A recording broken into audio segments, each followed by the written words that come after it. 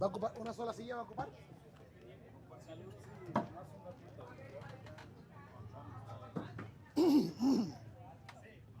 Gracias. La base del micrófono. ¿Lo necesita?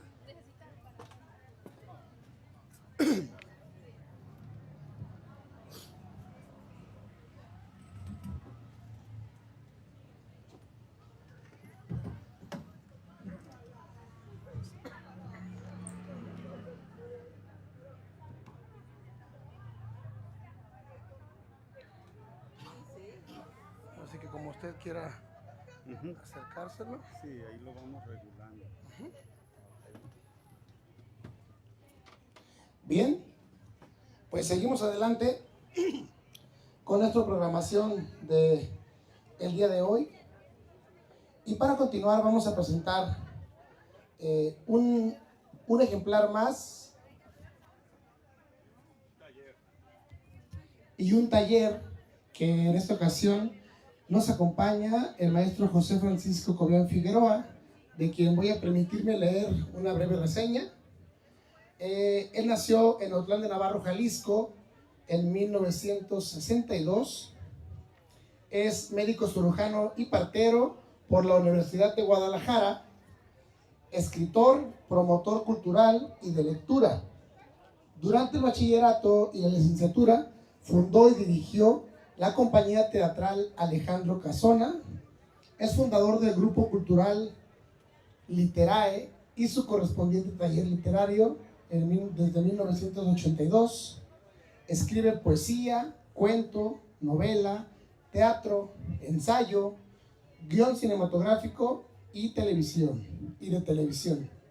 Cuenta con diversos premios y algunas publicaciones, entre otras los libros El Candidato y otros cuentos de sabor agrio, Don Andrés y otros tres, Los de Autlán, Cuentos de horror, Para muestra un botón, Leer la vida, Mar de voces y recientemente la novela para niños El robo de la luz de las luciérnagas y una segunda edición de Para muestra un botón que están disponibles en Amazon.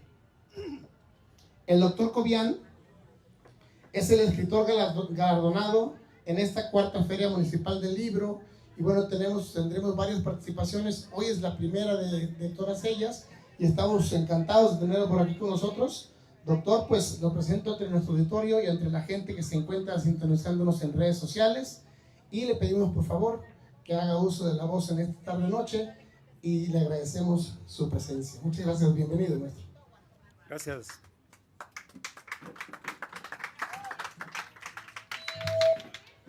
Gracias. Buenas noches a todos los presentes. Gracias al ayuntamiento y a todo el comité que hace posible esta feria y por fomentar el libro y la lectura. Nosotros, como dice Franco de Vita, hemos estado en esto toda la vida, ¿sí?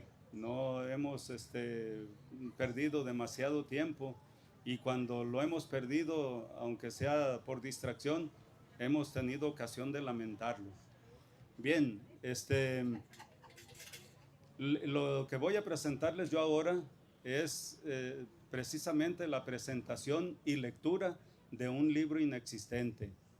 Para quienes no están muy enterados de la historia del libro, el libro ha significado todos los cambios y progresos de la humanidad y fue un parteaguas entre la prehistoria y la historia, porque justamente se habla de la historia a partir de la escritura, cuando ya empezó a haber registro de lo que el hombre hacía y cuando empezó a dejar vestigios de su paso por la tierra. Entonces, los registros más antiguos que se tienen acerca de la historia del libro son los sumerios. Los sumerios eran los antecesores a los babilonios, y los babilonios vivían en una región del Medio Oriente que se llamaba Mesopotamia, donde hoy está colocado Irak, Irán, esa región de esos países, entre los ríos Tigris y Éufrates. Ellos existieron 4000 años antes de Cristo y enseguida vinieron los egipcios. Los egipcios son una civilización a la que se le debe, digamos, su registro histórico, un poquito más acá de los sumerios. Los sumerios escribían sobre tablas de arcilla fresca para que cuando la arcilla se secaba quedara fija la escritura. Los griegos escribían en unas tablas que impregnaban de cera, a las cuales les llamaban tabula rasa, y le llamaban tabula rasa en latín y no en griego, porque mientras los romanos conquistaron a los griegos militarmente, los griegos conquistaron a los romanos culturalmente. Y como muchos griegos fueron llevados a Roma como esclavos, siendo personas extraordinariamente cultas, entonces ese invento de la tabula rasa lo hicieron los griegos, pero los latinos, los romanos le dieron nombre. Los egipcios inventaron el papel a partir de una planta que se llamaba papiro, y los chinos inventaron la impresión, inventaron la imprenta en dos sentidos. Uno como estampación bajo presión, con el papel pegado a una tabla que tenía diferentes dibujos hechos en relieve, a la cual se le pasaba tinta y la tinta se transfería al papel, haciendo que se fijara la escritura. Los textos de los chinos eran, además el texto, había ilustraciones. Entonces también los chinos aportaron las ilustraciones. Lo que actualmente conocemos como serigrafía, también le inventaron los chinos. En español se le llama, o se le llamó en un principio estarcido, que es una manera de estampar que requiere de una pantalla de seda y con ciertos bloqueos para permitir el paso de la tinta en cierto momento. Bueno, los europeos utilizaron las pieles de animales para poder hacer sus rollos. De ahí viene la expresión, vete con tu rollo a otra parte, ¿sí? O ya me vas a echar tu rollo. ¿Por qué? Porque los europeos escribieron en rollos de piel muy largos, a los que le llamaban pergaminos. Y acá en Mesoamérica, los aztecas y los mayas escribieron en códices que también eran de piel de animal. Y bueno, Gutenberg, por allí por el Renacimiento, en los arranques del Renacimiento, en el siglo XV, inventó la imprenta de tipos móviles, muy semejante a la imprenta de los chinos, pero mientras los chinos hacían todo su texto en una tabla, Gutenberg los empezó a hacer con tipos de plomo, tipos de metal derretido, que de repente se convertían en piezas fijas que había que mover, era muy fácil acomodar, y esto le dio mucho camino al libro, le dio mucha agilidad a la imprenta y le dio mucha difusión.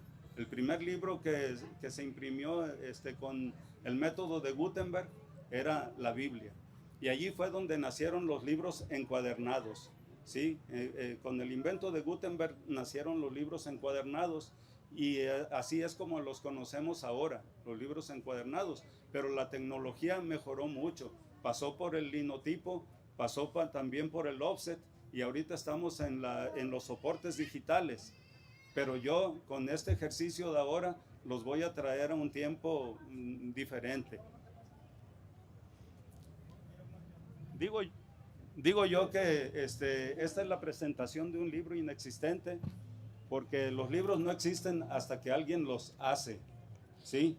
Y yo les voy a mostrar cómo en 1996, aquí el Grupo Cultural Lítere, del que hablaba hace un ratito el maestro Esdras, anunciaba que nosotros ya existíamos por allí. Traigo un montón de atrevejos. En 1986, el Grupo Cultural Lítere, que estaba integrado, que empezó con 4 amigos, que son Arnulfo Álvarez, Javier Benavides, Joaquín Cuellar y su servidor Francisco Cobian, nos reunimos después de haber salido de la prepa y habernos ido a estudiar una licenciatura, regresar y encontrarnos con que cada uno de nosotros todavía seguía escribiendo como en la prepa, ¿sí? En ese tiempo, en el tiempo de la prepa, Una semana hacíamos escritura, otra semana hacíamos teatro, otra semana hacíamos pintura o dibujo, otra semana bailábamos en el ballet folclórico, en fin, hacíamos unas cosas. En eso yo no trascendí porque tengo, no sé, dicen que dos patas izquierdas, pero yo no sé, para mí que más bien es cojera esto. Bien, pues en el 86 dijimos, vamos haciendo libros. Yo ya tenía la experiencia de haber mandado un libro a una editorial y que la editorial me contestó 6 meses después diciendo que pues desafortunadamente tenían la agenda llena y ya tenían obra contratada para 6 meses y que si en 6 meses les quería yo mandar el libro otra vez, con mucho gusto lo recibirían para darle otro dictamen. Y yo pensé de inmediato, no, pues no me van a volver a llamar, y mi libro ahí se va a quedar y yo voy a seguir tocando puertas y a lo mejor no sucede nada.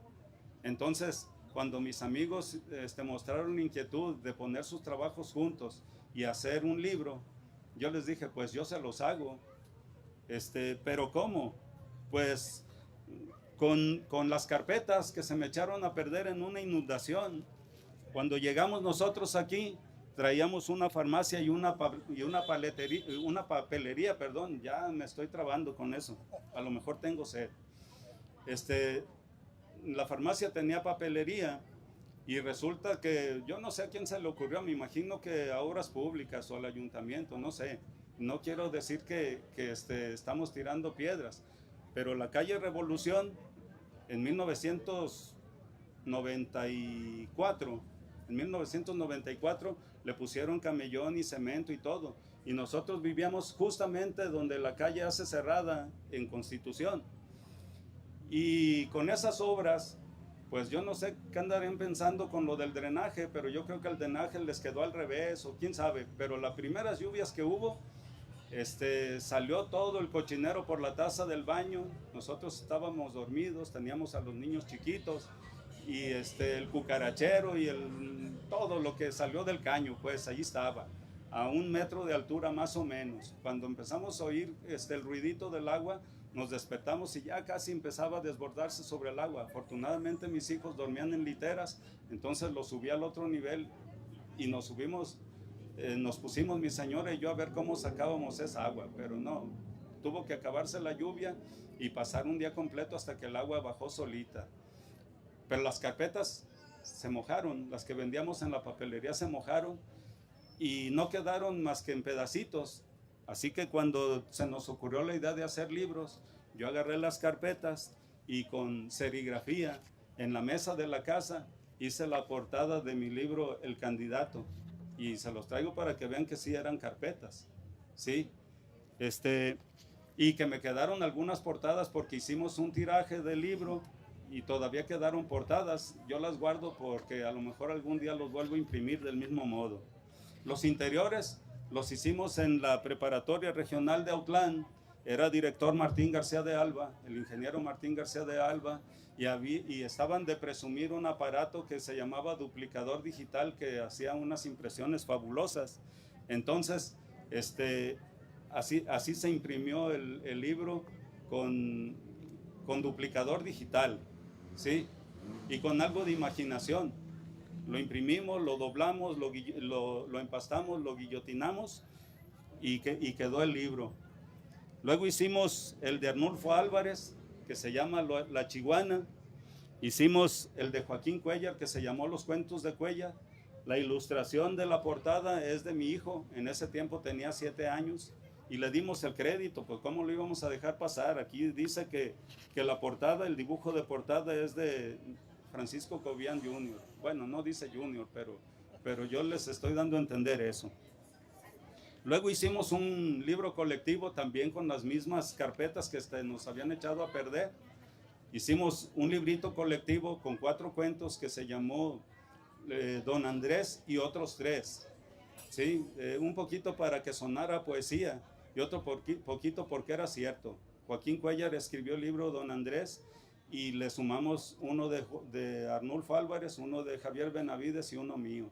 Así ya fueron Don Andrés y otros 3. También lo hicimos en la mesa de la casa, los 3. Bueno, no. Esta portada la hicimos en el taller del Sorullo, pero igual yo la hice allí en el taller del Sorullo. Cuando mis alumnos preguntan, profe, ¿usted por qué sabe hacer tantas cosas? Mi respuesta ha sido, porque gracias a Dios o a la vida, yo he tenido hambre suficiente para aprender a hacer muchas cosas, ¿sí? Entonces, como el libro que les voy a presentar no existe, les quiero mostrar que un libro puede existir en cualquier momento. Por ejemplo,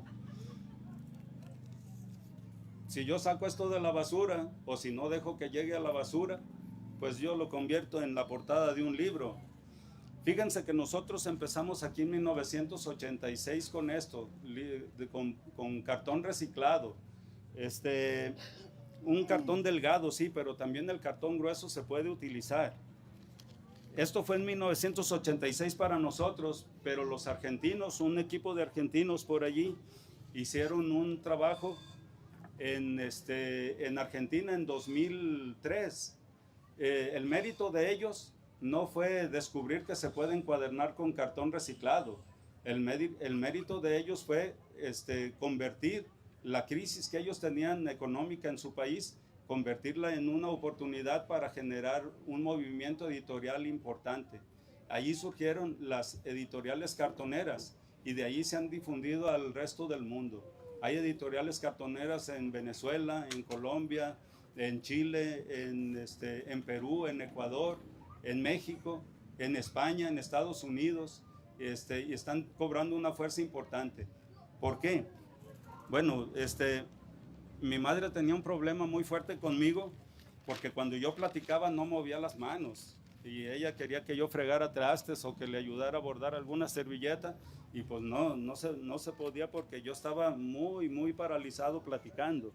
Entonces voy a hacer un esfuerzo importante por quitarme ese estigma y voy a intentar trabajar mientras platico.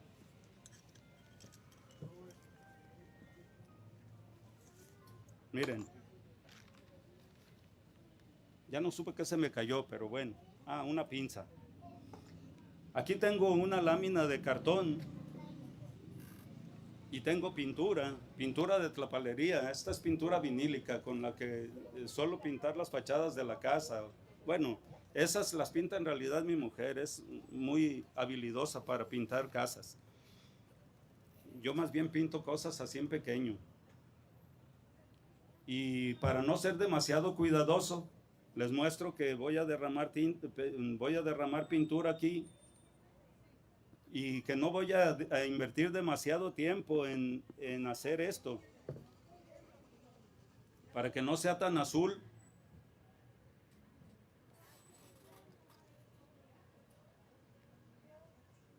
A veces lamento no traer playera, camiseta, pantalón de mezclilla.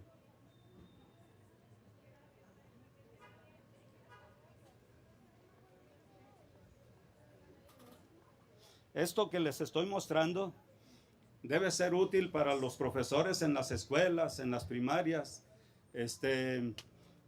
Además de convertir el cartón en una obra artística, porque ahorita yo voy a pintar de manera plana, pero hay quienes, o yo mismo lo he hecho haciendo dibujo artístico para que la portada esté ilustrada, para que sea algo interesante. Eso, al convertir el cartón en una obra artesanal, le damos un valor especial, lo convertimos en arte. Pero también existen algunas otras cosas que hay que mirar en esto. Nosotros no estamos dejando que el cartón llegue a la basura y eso nos convierte por fuerza en ecologistas, ¿sí? Nos convierte en personas que cuidamos el ambiente. A la hora que le damos otra vida al cartón, y para eso hay que hacernos, como decían los ancestros, agradecer la vida que el cartón ya tuvo y pedirle permiso para volverlo a intervenir, ¿sí? Nos lleva también a otro tipo de raíces. Nos convierte también en criaturas políticas desde el punto de vista que revertimos el efecto de las editoriales tradicionales que cobran muchísimo por los libros y que, bueno, lo importante no es el soporte, sino Lo importante es la obra, ¿sí? Estos libros ponen al alcance de muchas personas la obra literaria, que no necesariamente tiene que ser una obra corriente. La obra literaria, no por estar en este soporte, tiene menor mérito. Incluso, como ustedes ven, este cartón tiene una hoja pegada que equivale a una etiqueta, y entonces también hay que conservarle al cartón las heridas anteriores. Hay que hacer que el cartón tenga las heridas anteriores, que las muestre, que sea capaz de mostrarlas. Voy a ponerle un poquito más porque ya no ajustó. Parece que el viento está secándolo muy rápido.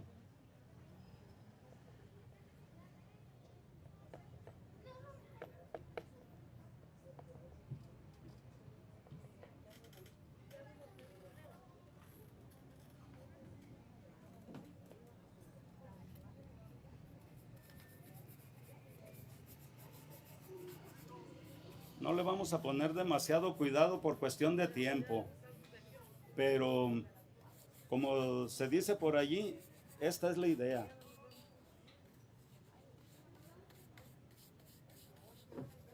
Bien, ya no le voy a poner más pintura. Esa sería la portada. Yo invento mis propios aparatos de encuadernación. Este aparato es de cartón, como pueden ver. Si yo voy a hacer un libro de cartón, pues hay que ser congruente y hay que utilizar también materiales de reciclado. Este aparato, nosotros podríamos encuadernar el libro perforándolo al aire, perforándolo así, pero eso es un poquito inseguro, se puede uno lastimar, puede herirse y puede también hacer que la obra se estropee. Y pues como no se trata de estar gastando dinero así nomás, ni echando a perder papel, pues por eso es que lo dejamos de ese modo. Para eso, por supuesto, hay que tener una obra. Y esa, Gutenberg, si naciera otra vez, se volvería a morir, nomás por darse cuenta de que con tantísimos trabajos que él logró tener una imprenta, y ahora cada uno de nosotros tiene una en su casa y no la sabe aprovechar. Entonces, la maquinita que hace que esto imprima se llama computadora, y en esa computadora nosotros podemos escribir la obra y podemos editarla, darle la maquetación que se requiere para que la obra surja, ¿sí? Para que se vea como cualquiera de los libros que tenemos acá, hechos por una imprenta y que no le pide absolutamente nada. Y estamos utilizando las tecnologías que se van a poner en un soporte primitivo, pero que luego ustedes van a ver la magia, la maravilla que tiene un libro de estos, un libro hecho en la casa, hecho con cartón. Aquí tenemos el libro que está ilustrado, las ilustraciones también son mías, ¿sí? Y bueno, vamos por allí. Decía yo que este aparatito, que está hecho de cartón,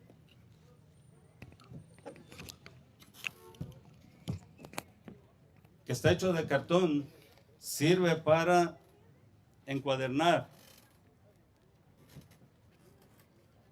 Nosotros abrimos el libro a la mitad, lo colocamos aquí y luego, nomás no le vayan a decir a mi señora, pero me traje su picayelos, ¿sí?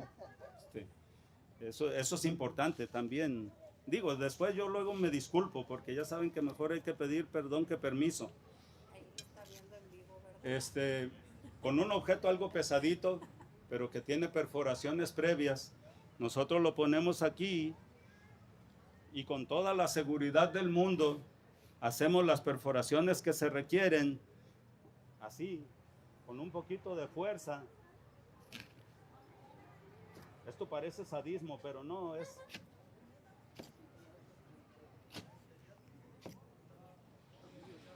De ese modo no hay movimiento. Miren, aquí están 3 perforaciones. Yo hago que esto se abocine un poquito más para que no me cueste trabajo coserlo. Y listo. Y ya que lo cosí, y ya que lo perforé, pues ahora también, y de esto tampoco vayan a decir, me traje la aguja estambrera y me la traje ya preparada para no perder tiempo, por aquello de que la falta de visión y la temblorina de las manos me haga entretenerlos mucho. Aquí está la aguja estambrera, ya se la había desaparecido con tiempo, por eso hasta se me oxidó. Pero bueno, nosotros metemos el hilo por aquí.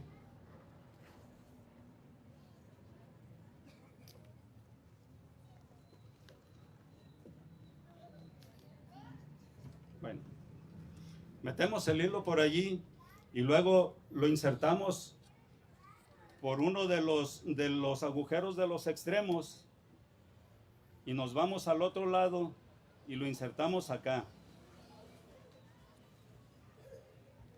Y luego lo volvemos a pasar por el agujero de en medio, procurando no ensartar el hilo para no atorarnos.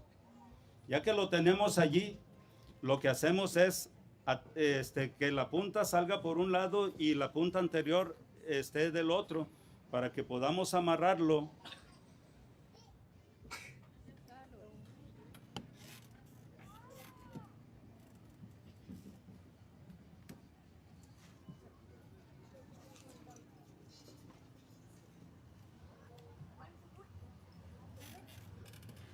Y aquí podemos cortar al ras del nudo o podemos cortar alto. Yo prefiero cortarlo alto para que tenga ese toquecito de artesanal. Y lo cerramos.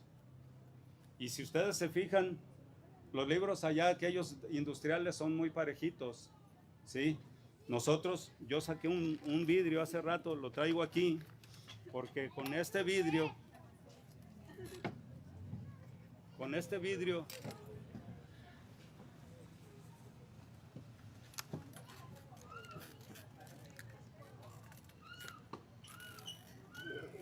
y con una navaja, voy a hacer que el libro quede parejito. Esto en las imprentas le llaman refilado.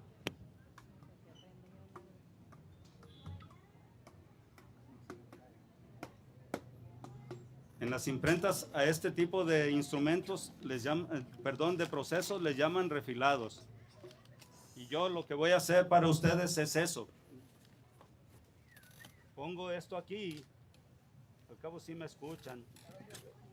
Pongo esto aquí y empiezo a cortar con la navaja casi horizontal, porque de otro modo se engarruña el cartón y se echa a perder. Pero con la navaja casi horizontal puedo hacer un corte parejito.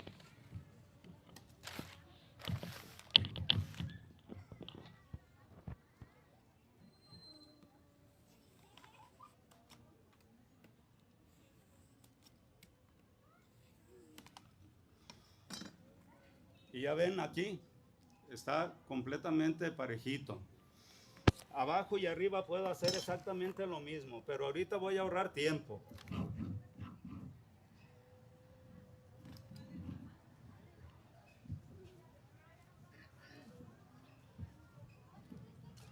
Porque ya decía José José, sabia virtud de conocer el tiempo. A tiempo amar y desatarse a tiempo, como dice el refrán, dar tiempo al tiempo, que de amor y dolor se pasa el tiempo, etcétera.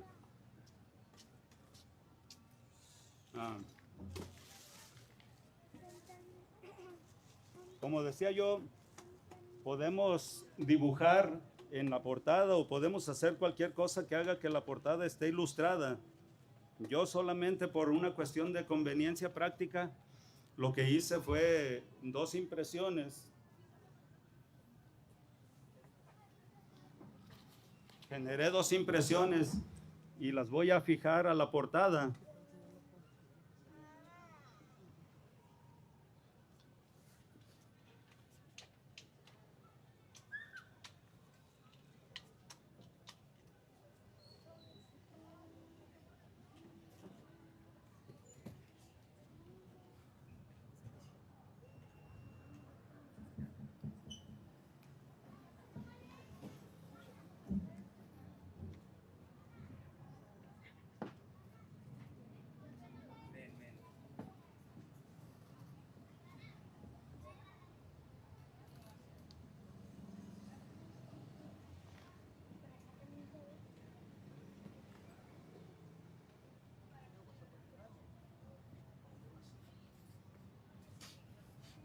Y así ya tenemos un libro que tiene portada y que tiene el sello del editorial en la contraportada, ¿sí?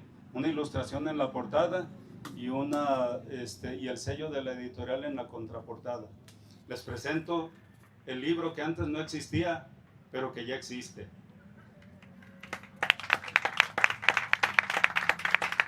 Ahora falta la lectura, porque la promesa era presentación y lectura de un libro inexistente. Así que ahora vamos a leer algo de este libro. Les voy a leer un cuento mío que se llama Mala Suerte. Carlos Clemente no supo si se había levantado con el pie derecho o con el izquierdo.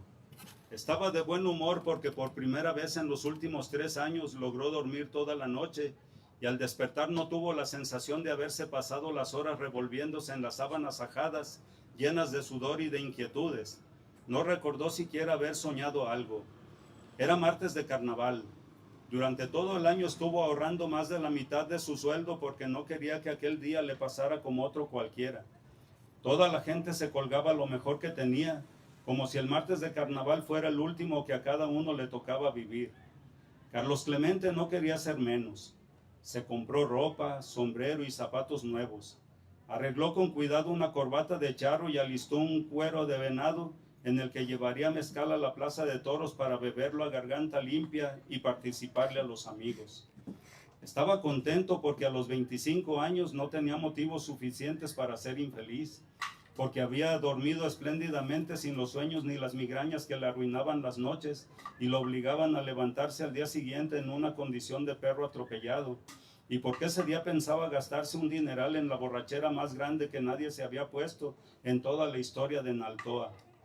Él mismo jamás había bebido, pero miraba tan contenta a la gente que había llegado a imaginar que el alcohol les otorgaba una especie de espíritu nuevo, sin recuerdos, sin rencores, sin cansancio. Para ello estuvo ahorrando, porque además quería su borrachera acompañada del mejor de los mariachis, que nadie fuera a decir que él era un tacaño. Vuelve pronto, no tomes, ten cuidado, no te desveles, mañana espera el trabajo, temprano tomaremos ceniza, le dijo su madre cuando lo vio salir. Siempre era lo mismo. Carlos Clemente se sabía hasta el cansancio aquellas recomendaciones de rezandera que nunca estaban de más, según le aseguraba, a pesar de que él no recordaba haber dado motivo para tanto cuidado. Una sonrisa leve le pasó por el rostro cuando pensó en la decepción de su madre al saberlo embriagado y se sintió satisfecho de verse entonces sí convertido en un hombre. Cuando cruzó por el patio, antes de alcanzar la calle, pasó bajo una escalera que habían dejado la víspera los pintores que arreglaban la casa y le pisó la cola a un viejo perro pinto que vivía con ellos desde que él era un niño chimuelo. Tal vez la prisa, la distracción o ambas evitaron que Carlos se diera cuenta, cosa imperdonable, ya que su madre le advertía con frecuencia la importancia elemental de aquellas distracciones. ¿Sería que los perros pintos no formaban parte de los ritos de los supersticiosos? ¿Sería que era tan viejo el perro que no tuvo el tino de chillar?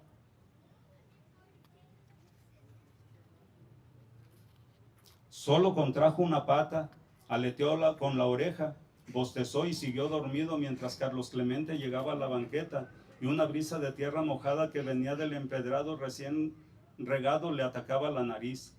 Como quiera, llevaba prisa y no contaba con tiempo para tocar madera, tirar sal hacia atrás por encima de los hombros, persignarse, untar saliva en las yemas de los dedos y llevarla a los lóbulos de las orejas. Era tímido, distraído e ingenuo, lo suficiente para no advertir nada de aquello que, según su madre, acarreaba la mala suerte. De los toros se fue al baile. Se la pasó sentado porque nunca había sabido acercarse a una muchacha sin que le temblara la voz, sin ponerse tieso del terror que le causaba que le dijera que no, porque no sabía bailar y porque ya en aquel momento no era dueño de su propio cuerpo. Reía con risa de borracho.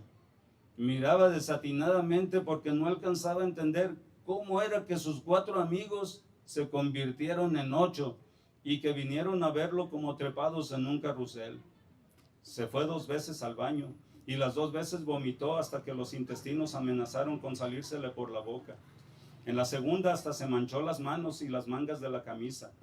Cuando se quiso lavar, le flaquearon las piernas y su cabeza desgreñada se impactó en el espejo. 7 años de mala suerte, dijo, y recordó a Adela, su madre, como cayendo en un remolino. Recordó sus recomendaciones y se volvió a reír. Más por inercia que por instinto regresó a la mesa, se acomodó de nuevo y se quedó dormido. Del otro lado del salón, un hombre también borracho se paró en medio de las mesas, miró para todas partes, gritó para que todos lo oyeran exigiendo silencio.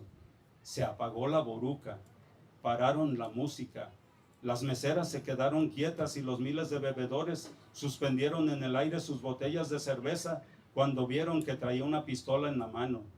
¿Quién se quiere morir?, gritó el borracho. Desde la profundidad más honda de su sueño, de su embriaguez, desde su derrota como bebedor en el mundo de los hombres, desde su propio gusto por contrariar a su madre, desde el principio de su mala suerte, Carlos Clemente levantó la cabeza todavía dormida y dijo, yo. El bravucón elevó la pistola y le metió el balazo en medio de los ojos. Bueno, ahí tienen un cuentito. Y la última parte de esta presentación, de esta lectura, no la voy a hacer yo, la va a hacer el teléfono celular. Espero que funcione.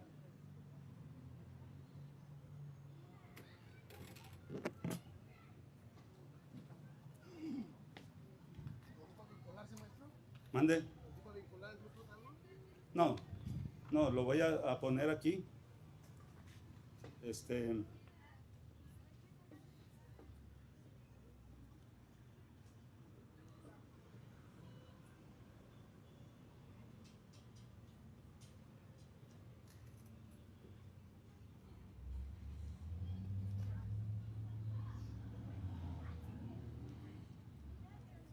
Don Andrés, un cuento de Joaquín Cuéllar Chagoya.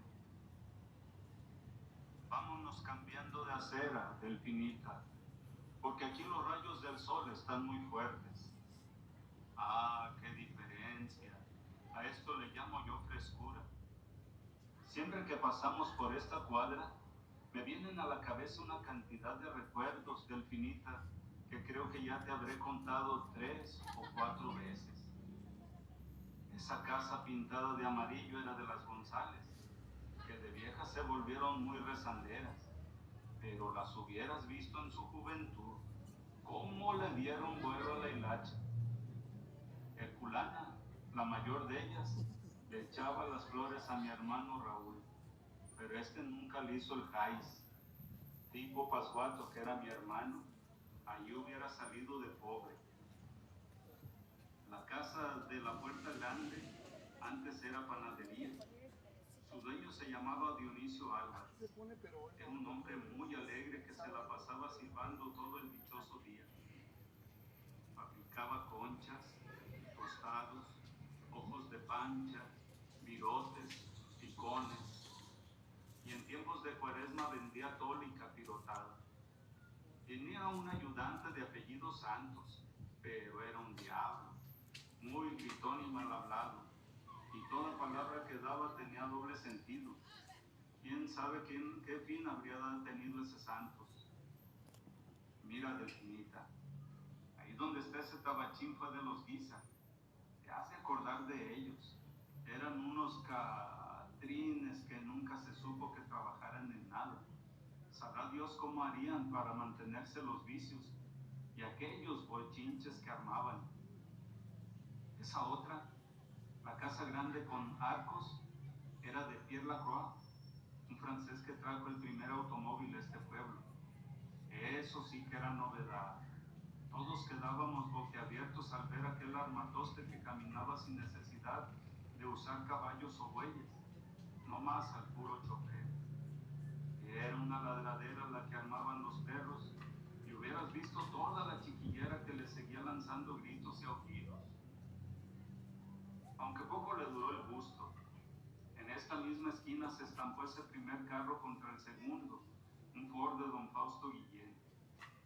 Desde entonces les tengo miedo a los carros. ¿Sabes, Delfinita? Qué bueno que amanecí mejor de mi artritis. Y eso gracias a que me di una uncionada en todo el cuerpo con unas hierbitas que tengo en un frasco con alcohol. ¿Qué te venía diciendo? Ah, sí, ya me acordé. Lo novedoso que éramos en aquel entonces. Me acuerdo que cuando vimos por primera vez un avión, andábamos con lo del Via Crucis y todos corrimos despavoridos. Bueno, todos menos Fabián, porque ya lo habíamos amarrado de la cruz y el pobre muchacho se desmayó por el tamaño susto. Es feo eso que lo dejen a uno solo en esos trances, Delfinita. Muy feo. Ve, Delfinita, ahí donde está la cantina era una escuela primaria. Por cierto que todavía tiene el mismo nombre, El Progreso. Aún se me figura estar viendo a la señora Lupe que alternando reglazos y jalones de oreja tuvo la virtud de enseñarnos las tablas y el silabal. Qué diferente es todo hoy. Antes yo era un mocoso aprendiz de zapatero, peón de albañil, mandadero en el mercado, viviendo mis meros moles. Ahora, cuando voy pasando, la gente dice: allí va don Andrés, el ruco loco que habla solo. Pero en eso tú también tienes la culpa, Delfinita, porque si no te hubieras muerto hace tanto tiempo, no andaría yo así, solo, platicando con mis memorias. O a lo mejor la culpa es mía. ¿Quién me manda a vivir 96 años? Bien. Entonces, este libro de cartón, quien lo tenga en su casa, puede escucharlo en lugar de ponerse a leerlo y se ahorra también un poquito de tiempo. Si es una persona maniatada como yo, pues mientras friega los trastes puede estar oyendo el cuento ahí a un ladito. Eso es lo que corresponde al trabajo que yo tenía para ustedes esta noche, que es la presentación y lectura de un libro inexistente que por fin existió. Muchas gracias. Un aplauso fuerte, por favor, para el maestro José Francisco Cobian Figueroa. Antes de retirarme, quiero agradecer también a mi esposa y a mis hijos, porque si no estuvieran ellos haciendo todas las cosas que se ocupa hacer, como por ejemplo cambiar el garrafón, cambiar un foco, hacer cosas que suceden cuando yo no estoy, pero que gracias a una mujer muy valiente y muy entrona en el trabajo, esas cosas no se esperan a que yo llegue. Así que cuando yo llego hay tiempo para hacer esto. Muchas gracias, negrita chula. Bien, pues qué bonito, maestro, gracias por compartirnos esto. No por nada, esta edición, el maestro es el galardonado en esta cuarta feria del libro. Y bueno, estamos un poquito colgados en el tiempo, pero voy a pedirle la comprensión a la siguiente actividad para hacer rápido la apertura del micrófono. Si alguien quiere hacer alguna pregunta, si alguien tiene alguna situación que comentar, de antemano mencionar que es muy interesante cómo poder tener la elaboración de un libro artesanal. Ya sabemos a quién buscar. Y bueno, si alguien tiene alguna participación, lo puede hacer en este momento, por favor. Me queda un poquito, como un año más o menos, para jubilarme. Y si Dios me conserva la salud física y mental, quiero poner una editorial cartonera. Para que si ustedes tienen obra que publicar, pues acérquense y la trabajamos, ¿sí? Ya tengo por ahí algo de papel con que empezar y posiblemente lo hagamos por alguien que no soy yo ni son mis amigos. Es deseable que ya empecemos a mover la cultura en Autlán otra vez. Cuando yo era estudiante de prepa, todas las cosas las hacíamos nosotros, no esperábamos que ningún adulto nos moviera. Nosotros teníamos una compañía de danza en la prepa, teníamos una compañía de teatro.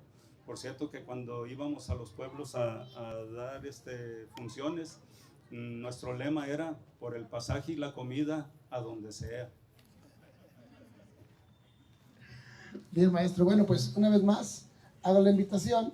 De lo contrario, quiero invitar aquí al escenario a alguien que también es miembro de este comité organizador y que gracias a él tenemos la presencia del maestro Francisco Cobian, y es nuestro cronista municipal, Guillermo Tobar, quien le he pedido por favor que nos acompañe para que haga entrega de este muy merecido reconocimiento en la primera de las actividades que el maestro José Francisco Cobian nos comparte. Sí, por favor. Muy bien, doctor, muchas gracias por aceptar esta invitación a participar en la Feria del Libro. Y también, pues, como ya lo mencionó Esdras, por todo este trabajo que ya más o menos nos comentó el maestro Cobian y mucho más que no comentó, es que en este año se le ha elegido para reconocer su trayectoria en las letras, en la promoción de la lectura en esta Feria Municipal del Libro. Antes lo fue Carlos Boiso también y Jesús Cueva en otras ediciones, y así en cada año se busca una persona que tenga una trayectoria en la publicación, en la escritura y en la promoción de la lectura. Y por todo ese trabajo que ha hecho el doctor Cobian es que se le ha elegido por este año. Este reconocimiento dice así: el gobierno de Autlán y el comité organizador de la Feria Municipal del Libro y Fomento a la Lectura Autlán de Navarro 2026 otorgan el presente reconocimiento a José Francisco Cobian Figueroa por su participación en la cuarta Feria Municipal del Libro y Fomento a la Lectura mediante la presentación de taller, presentación y lectura de un libro inexistente. Firman el presidente municipal Gustavo Robles, las regidoras Miriam Luján y Jessica Limón. Gracias, doctor. Gracias, gracias.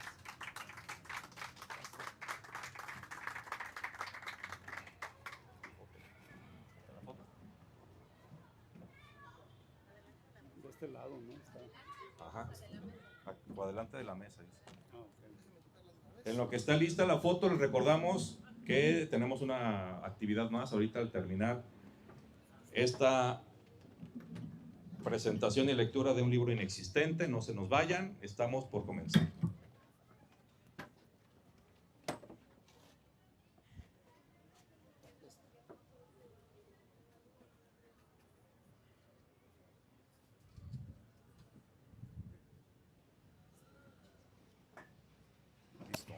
Gracias. Bien, pues muchas gracias, maestro. Es un placer tenerlo por aquí con esta participación y lo vamos a volver a ver con el gusto de escucharlo nuevamente. Para quienes tuvieron la oportunidad de estar aquí, bueno, pues en el programa vienen los horarios y poder volver a hacer su público con esta pues mecánica que tiene tan rápida y tan fácil de comunicarnos. Muchísimas gracias. Bueno, el aplauso para él, por favor. Para continuar, tenemos la última actividad de esta tarde-noche, ya nos está cayendo la noche. Hoy ha sido un día bastante intenso. En la mañana, desde las 10 de la mañana, tuvimos actividades con la maestra Olga Lidia Pelayo Corona, que la mañana llevó a cabo unas actividades con niños y niñas de la Escuela Primaria Paulino Navarro y de la Secundaria Autlán. Por ahí de 10 a 1 de la tarde más o menos estuvimos aquí, bueno, estuvieron ellos aquí. Y esta jornada vespertina pues inició a las 5 de la tarde. Llevamos 3 participaciones, Carmen del Toro Lomelí, la maestra Anadelia, el maestro José Francisco Cobian, y ahora vamos a culminar con esta siguiente actividad que es coordinada por uno de nuestros compañeros. Emanuel Arias es parte del comité organizador de esta Feria del Libro, de esta cuarta Feria del Libro, y quiero invitarlo aquí a este espacio para que nos ayude a presentar la actividad y nos vaya diciendo en lo que acomodamos el foro qué es lo que vamos a realizar. Emanuel, bienvenido, gracias por estar con nosotros y también a todos los que se encuentran aquí. Gracias, buenas noches de nuevo. Es la segunda actividad que nos toca coordinar a través de Fuerte. Y esta vez es una actividad coordinada con el Club de Lectura Libre, que es un grupo de unos amistades y colaboradores de nosotros que nos gusta mucho. Y cuando tuve la oportunidad de poder ser parte del comité, pues fue en las primeras personas que pensé para integrarles. Y para eso me gustaría que vinieran César y Caro a que nos expliquen pues, cómo fue el inicio del club de lectura, por qué se hizo, quiénes participan, cada cuándo se hace. Y más importante, qué es lo que vamos a hacer ahorita y cómo también todos de los que están aquí pueden ser involucrados. Así que les doy la palabra a ellos en lo que nos explican qué van a hacer. Muchas gracias por venir, por la asistencia, por quedarse aquí con nosotros acompañándonos. Muchas gracias, significa mucho.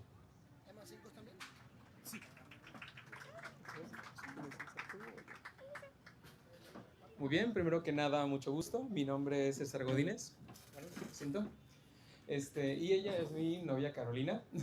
Nosotros iniciamos un club de lectura ya hace algunos meses que se llama Libre. Este club de lectura nosotros lo creamos gracias a la idea de un amigo mío y también las ganas de que queríamos fomentar un poco lo que era crear un grupo de cultura aquí en Autlán. Es decir, un grupo donde pudiéramos compartirnos, sentarnos y leer diferentes lecturas de diferente índole, pero en especial no solo los clásicos, sino también buscando la literatura mexicana y buscando pues esa parte distinta que únicamente pues nosotros queremos como darle ese tinte de que sea un poco más original. Hola, buenas noches, yo soy Caro, como ya dijo César. Otro de los propósitos del Libre fue que diéramos a conocer a las personas, al menos a nuestra comunidad de Autlán, que la lectura no siempre es académica. La lectura puede ser divertida, puede ser irreverente, puede ser random, como dijera la chaviza. No queremos que las personas se queden con la idea de que la literatura siempre es seria, que es aburrida, que es tediosa, porque al menos mientras yo crecí, las letras me han acompañado y me encanta la lectura, es algo que siempre me acompaña. Y queríamos, César y yo, compartir de esto con las personitas que quisieran acercarse. Creamos el club en octubre del año pasado. Ya hemos leído varios libros, elegimos un libro al mes y nuestras sesiones son híbridas. El primer miércoles y último miércoles del mes a las 8 p.m. nos encontramos en el Café Noir, no sé si lo conocen, está por la calle Pedro Moreno, pero bueno, ahí les esperamos. Y los miércoles del centro, o sea, no el primero ni el último, esos miércoles nos reunimos en línea para las personas que no pueden acudir o que son de fuera de Autlán. Y nada, la verdad, hemos tenido muy buena respuesta. Hemos creado una muy linda comunidad, hablamos sobre libros, hablamos sobre películas, hablamos sobre muchísimas cosas. Siempre hay temas de sobra. Y la verdad estamos muy contentos con el recibimiento que ha tenido Libre aquí en Autlán. Están muy invitados todos, no hay una edad como específica para acudir, puede acudir cualquier persona. Y tenemos nuestras redes sociales en Instagram, que es libre con V, no con B de burro, libre.club. Ahí pueden buscar información, nos pueden mandar mensajito y nosotros nos comunicamos con ustedes. Y bueno, yo sí tengo una duda aquí.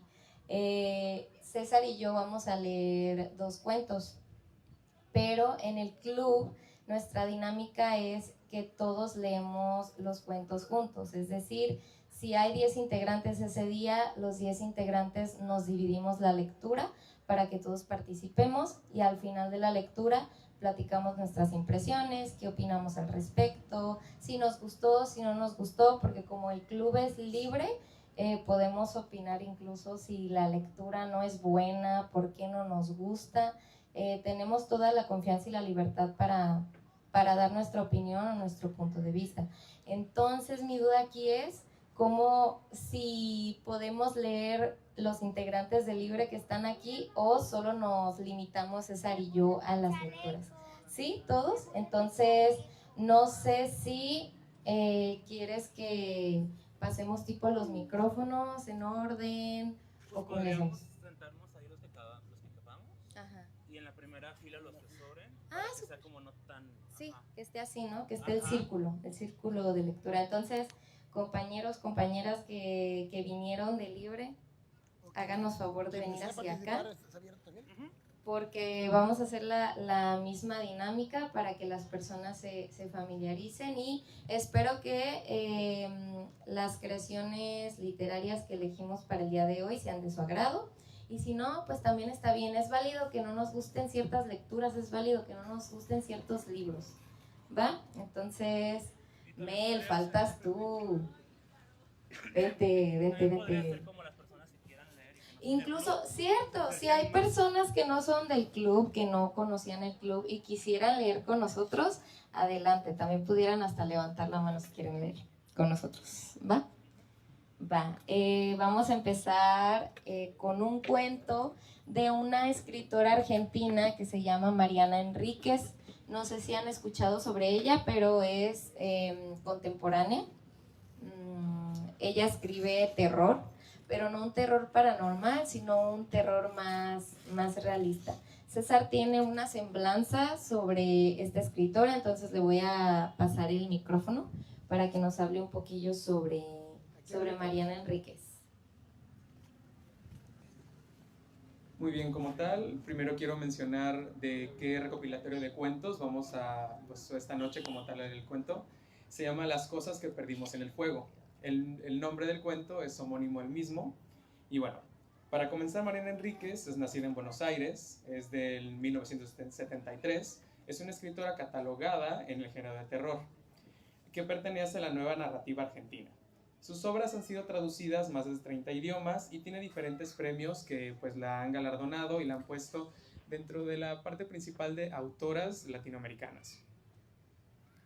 Sus obras tienen una tendencia a explorar temas de naturaleza humana, con una mezcla de lo sobrenatural, siempre atendiendo que probablemente lo que nos puede dar más miedo es darnos cuenta de lo que tenemos enfrente nuestro. Como tal, bueno, este libro fue publicado en 2016, fue traducido ya a 15 idiomas, es una obra que consta de 12 relatos en distintas temáticas y principalmente se centra este mismo del nombre como tal de que es Las cosas que perdimos en el fuego. Se refiere a aspectos de la sociedad que debemos ver como un reflejo de nuestra historia y naturaleza. El tema principal que aborda esta lectura es la violencia de género contra la mujer en la historia. Así por esta misma razón que la elegimos. La dinámica va a ser como siempre lo hacemos en nuestro club de lectura. Principalmente es que vamos a estar pasando cierta parte de la página a leer y después otra persona. Y de esa manera vamos a después dar nuestras impresiones. Igual, si alguna persona del público quisiera leer, con gusto podemos pasar a las lecturas. Y pues también para que puedan comentar sobre la lectura con nosotros. Nada más quiero mencionar, una de nuestras partes del logo, de hecho, es un cotorro. Porque nosotros pues, nos centramos en poder platicar, poder cotorrear, como se dice aquí, de lo que nos parece cada uno de los cuentos y libros que leemos. También nos sentimos bastante orgullosos de que muchas de las personas que nos acompañan escriben y nos comparten sus propios escritos completamente y así sin haber publicado, para que los lo podemos comentar entre todos nosotros como amigos. Sí, se nos hace muy bonito que nos compartan con toda la confianza sus creaciones. Hay personas muy talentosas aquí en Autlán. Entonces, ahorita que... ¿Cómo se llama usted, señor? Francisco Cobian. Que Francisco Cobian estaba compartiéndonos sobre su editorial ecológica, que César y yo somos muy ecolocos, de hecho eso fue lo que nos unió. Nos gusta mucho el reciclaje, nos gusta muchísimo evitar la basura. Entonces, al escuchar su presentación, César y yo estábamos, wow, estábamos soñados. Entonces, hasta me imaginé, imagínense que estas personitas que nos han compartido sus creaciones acudan con este señor y les haga un libro, sería increíble. Incluso hasta podemos ponernos de acuerdo para unir las creaciones que han hecho estas personas y hacer un librito de libre. Estaría muy cool. Pero bueno, vamos a empezar con el cuento.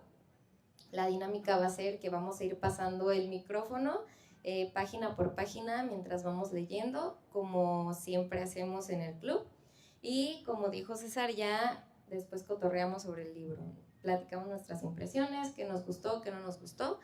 La verdad, no somos un grupo muy formal, que digamos, nos gusta que haya informalidad para que haya mucha más confianza entre todos nosotros, que no sintamos que vamos a clases, que sintamos que de veras nos estamos reuniendo solo para platicar sobre cualquier cosa, pero la literatura siempre está presente. Entonces, vamos a iniciar. ¿Quieres iniciar tú? ¿O me pasas la compu y nos vemos así? Va. Ok, el cuento se titula Las cosas que perdimos en el fuego, que justo este cuento da título al libro de Mariana Enríquez. Lo recomiendo, yo no lo leí de leer. Hay como cierta polémica en el audiolibro, pero bueno, yo escuché este libro Dicen que escuchar no es igual a leer, pero bueno, hay cierta como línea entre leer y no leer, pero en fin, lo recomiendo muchísimo. Ahí va. La primera fue la chica del subte.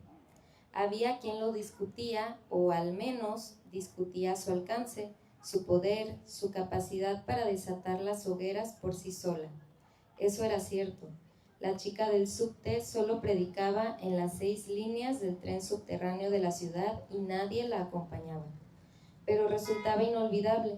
Tenía la cara y los brazos completamente desfigurados por una quemadura extensa, completa y profunda. Ella explicaba cuánto tiempo le había costado recuperarse, los meses de infecciones, hospital y dolor, con su boca sin labios y una nariz pésimamente reconstruida. Le quedaba un solo ojo, el otro era un hueco de piel, y la cara toda, la cabeza, el cuello, una máscara marrón recorrida por telarañas.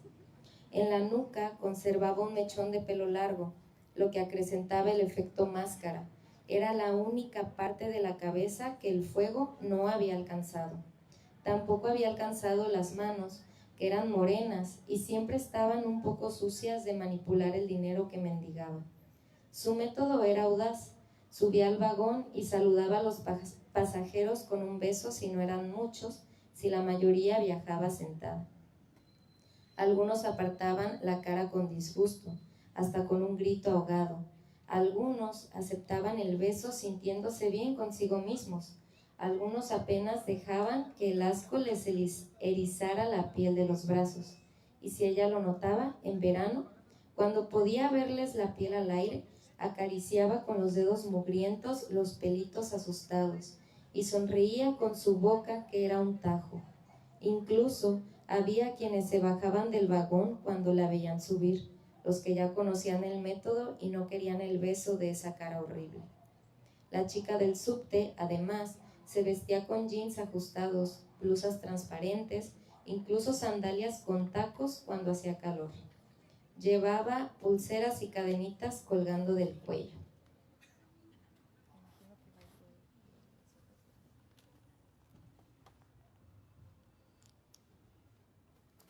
Solo como paréntesis, tiene pues varias palabras como tal pues que se hablan más en Argentina, entonces solamente es por esa parte. Que su cuerpo fuera sensual resultaba inexplicablemente ofensivo. Cuando pedía dinero lo dejaba muy en claro. No estaba juntando para cirugías plásticas. No tenía sentido, nunca volvería a su cara normal. Lo sabía.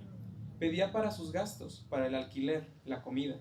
Nadie le daba trabajo con la cara así, ni siquiera en puestos donde no hiciera falta verla.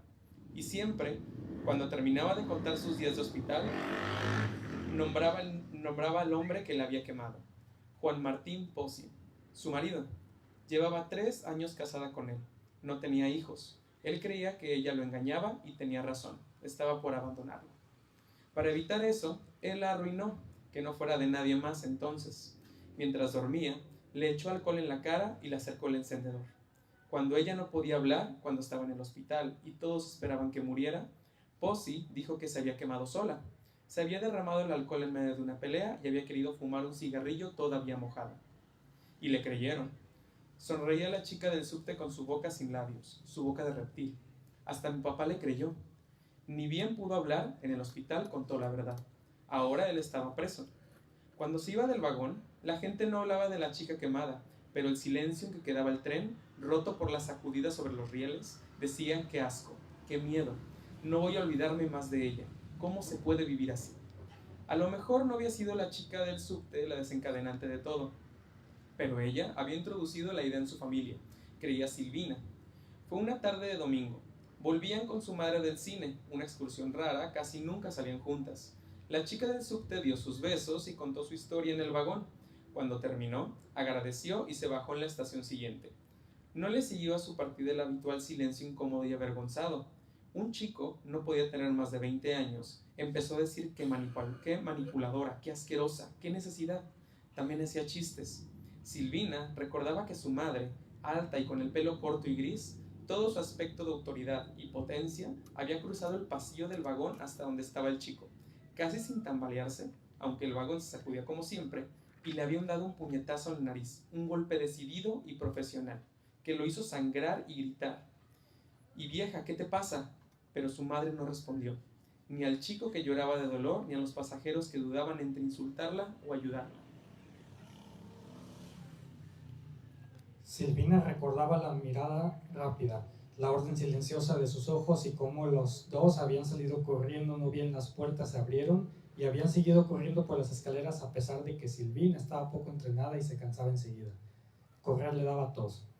Y su madre ya tenía más de 60 años. Nadie las había seguido, pero eso no lo supieron hasta estar en la calle, en la esquina transitadísima de Corrientes y Pueyrredón.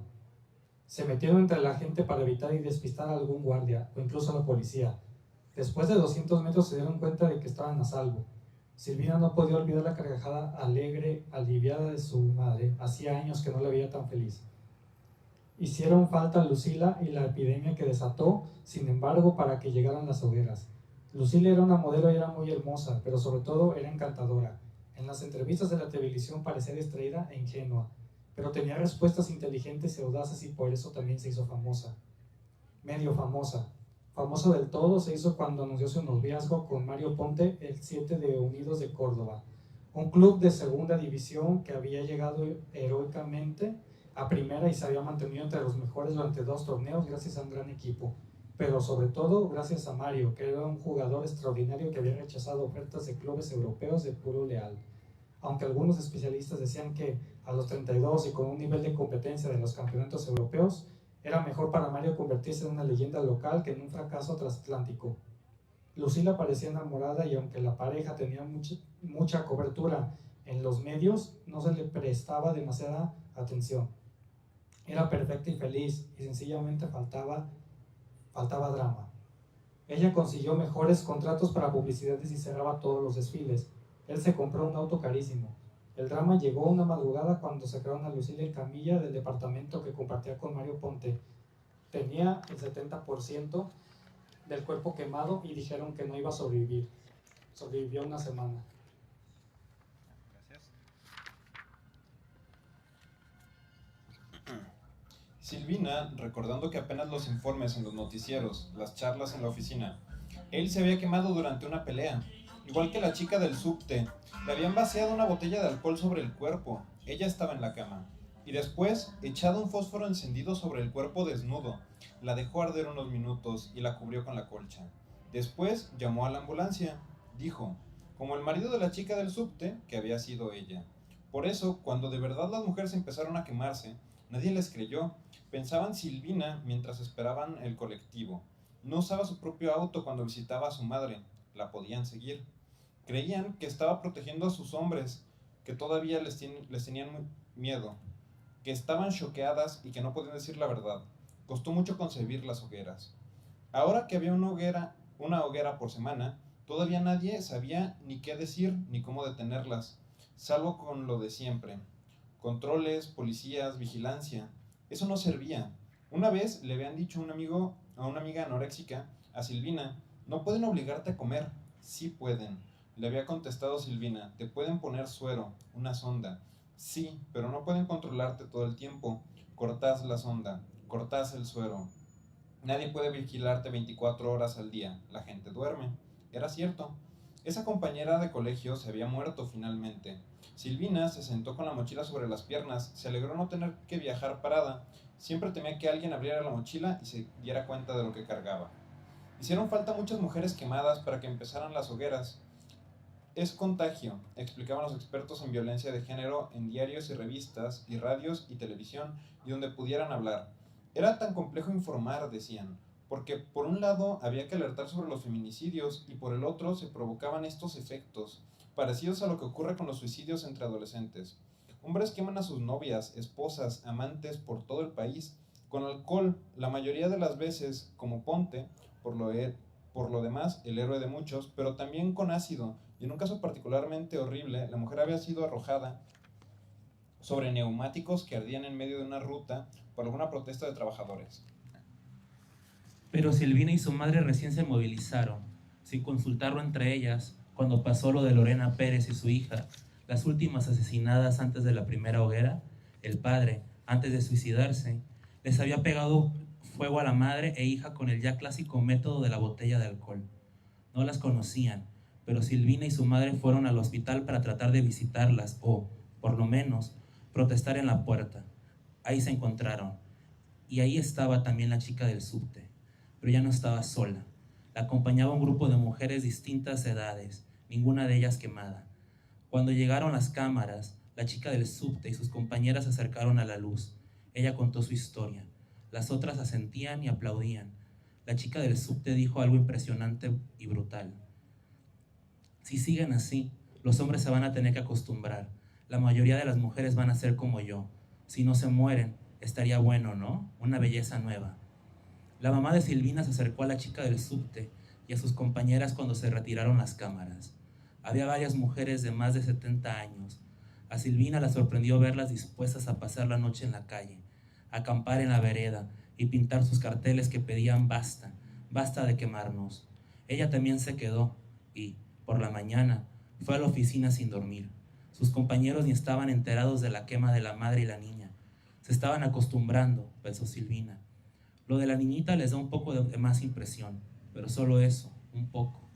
Estuvo toda la tarde mandándole mensajes a su madre, que no le contestó ninguno. Era bastante mala para los mensajes de texto, así que Silvina no se alarmó. Por la noche, la llamó a la casa y tampoco la encontró. ¿Seguiría en la puerta del hospital? Fue a buscarla, pero las mujeres habían abandonado el campamento. Quedaban apenas unos fibrones tirados y paquetes vacíos de galletitas, que el viento arremolinaba. Venía una tormenta, y Silvina volvió lo más rápido que pudo hasta su casa porque había dejado las ventanas abiertas. La niña y su madre habían muerto durante la noche.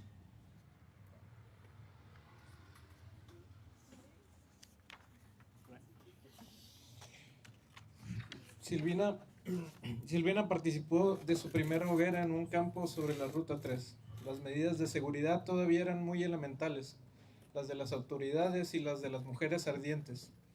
Todavía la incredulidad era alta. Sí, lo de aquella mujer que se había incendiado dentro de su propio auto en el desierto patagónico había sido bien extraño. Las primeras investigaciones indicaron que había rociado con nafta el vehículo. Se había sentado dentro, frente al volante, y que ella misma había dado el chasquido al encendedor. Nadie más, no había rastros de otro auto. Eso era imposible de ocultar en el desierto, y nadie hubiera podido irse a pie. Un suicidio, decían, un suicidio muy extraño. La pobre mujer estaba sugestionada por todas esas quemas de mujeres. No entendemos por qué ocurren en Argentina. Estas cosas son de países árabes, de la India. Serán hijos... Silvinita, sentate. Le dijo María Elena, la amiga de su madre, que dirigía el hospital clandestino de Quemadas, ahí lejos de la ciudad, en el casco de la vieja estancia de su familia, rodeada de vacas y soya. Yo no sé por qué esta muchacha, en vez de contactar con nosotras, hizo lo que hizo, pero bueno, a lo mejor quería morir. Era su derecho. Pero que estos hijos de su madre digan que las quemas son de los árabes, de los indios. María Elena se secó las manos. Estaba pelando duraznos para una torta y miró a Silvina a los ojos. Las quemas las hacen los hombres, chiquita. Siempre nos quemaron. Ahora nos quemamos nosotras. Pero no nos vamos a morir. Vamos a mostrar nuestras cicatrices. La torta era para festejar a una de las mujeres ardientes que había sobrevivido a su primer año de quemada. Algunas de las que iban a la hoguera preferían recuperarse en hospitales, pero muchas elegían centros clandestinos como el de María Elena. Había otros, Silvina no estaba segura de cuántos. El problema es que no nos creen. Les decimos que nos quemamos porque queremos y no nos creen. Por supuesto, no podemos hacer que hablen las chicas que están internadas acá. Podríamos ir presas.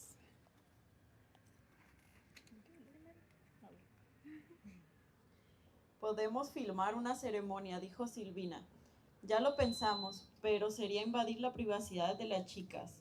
De acuerdo, pero si alguna quiere que la vean, y podemos pedirle que vaya hacia la hoguera con, no sé, una máscara, un antifaz, si quiere taparse la cara. Y si distinguen dónde queda el lugar, Ay, María, la pampa es toda igual. Si la ceremonia se hace en el campo, ¿cómo van a saber dónde queda? Así, casi sin pensarlo, Silvina decidió hacerse cargo de la filmación cuando alguna chica quisiera que su quema fuera difundida. María Elena contactó con ella menos de un mes después del ofrecimiento. Sería la única autorizada en la ceremonia a estar con un equipo electrónico. Silvina llegó en auto, entonces todavía era bastante seguro usarlo. La ruta 3 estaba casi vacía. Apenas la cruzaban algunos camiones. Podía escuchar música y tratar de no pensar. En su madre, jefa de otro hospital clandestino, ubicado en una casa enorme del sur de la ciudad de Buenos Aires. Su madre, siempre arriesgada y atrevida, tanto más que ella, que seguía trabajando en la oficina y no se animaba a unirse a las mujeres. En su padre, muerto cuando ella era chica, un hombre bueno y algo torpe. Ni se te ocurra pensar que hago esto por culpa de tu padre, le había dicho su madre una vez, en el patio de la casa hospital, durante un descanso, mientras inspeccionaba los antibióticos que Silvina le había traído. Tu padre era un hombre delicioso, jamás me hizo sufrir.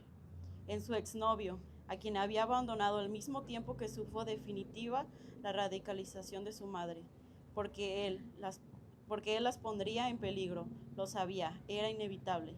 En sí debía traicionarlas ella misma, desbaratar la locura desde adentro. ¿Desde cuándo era un derecho quemarse viva? ¿Por qué tenía que respetarlas? La ceremonia fue al atardecer. Silvina usó la función de video de una cámara de fotos. Los teléfonos estaban prohibidos y ella no tenía una cámara mejor, y tampoco quería comprar una por si la rastreaban. Filmó todo. Las mujeres preparaban la pira, con enormes ramas secas de los árboles del campo, el fuego alimentado con diarios y nafta hasta que alcanzó más de 1 metro de altura. Estaban campo adentro. Una arboleda y la casa ocultaban la ceremonia de la ruta. El otro camino, a la derecha, quedaba demasiado lejos. No había vecinos ni peones. Ya no a esa hora. Cuando cayó el sol, la mujer elegida caminó hacia el fuego, lentamente. Silvina pensó que la chica iba a arrepentirse, porque lloraba. Había elegido una canción para su ceremonia que las demás, unas 10, pocas, cantaban. Ahí va tu cuerpo al fuego, ahí va. Lo consume pronto, lo acaba sin tocarlo. Pero no se arrepintió. La mujer entró en el fuego como en una pileta de natación. Se zambulló, dispuesta a sumergirse. No había duda de que lo hacía por su propia voluntad, una voluntad supersticiosa o incitada, pero propia. Ardió apenas 20 segundos. Cumplido ese plazo, 2 mujeres protegidas por amianto la sacaron de entre las llamas y la llevaron corriendo al hospital clandestino. Silvina detuvo la filmación antes de que pudiera verse el edificio. Esa noche subió el video a internet. Al día siguiente, millones de personas lo habían visto. Silvina tomó el colectivo. Su madre ya no era la jefa del hospital clandestino del sur. Había tenido que mudarse cuando los padres enfurecidos de una mujer que gritaban «¡Tiene hijos! ¡Tiene hijos!» descubrieron que se escondía detrás de esa casa de piedra, centenaria, que alguna vez había sido una residencia para ancianos. Su madre había logrado escapar del allanamiento. La vecina de la casa era una colaboradora de las Mujeres Ardientes, activa y al mismo tiempo distante, como Silvana, y la habían reubicado como enfermera en un hospital clandestino de Belgrano. Después de un año entero de allanamientos, creían que la ciudad era más segura que los parajes alejados. También había caído el hospital de María Elena, aunque nunca descubrieron que la estancia había sido escenario de hogueras, porque en el campo no hay nada más común que quemar pastizales y hojas. Siempre iban a encontrar pasto y suelo quemado. Los jueces expedían órdenes de allanamiento con mucha facilidad, y a pesar de las protestas, las mujeres sin familia o que sencillamente andaban solas por la calle caían bajo sospecha. La policía les hacía abrir el bolso, la mochila, el baúl del auto cuando ellos lo deseaban, en cualquier momento, en cualquier lugar. El acoso había sido peor, de una hoguera cada 5 meses. Registrada con mujeres que acudían a los hospitales normalense, pasó al estado actual de 1 por semana.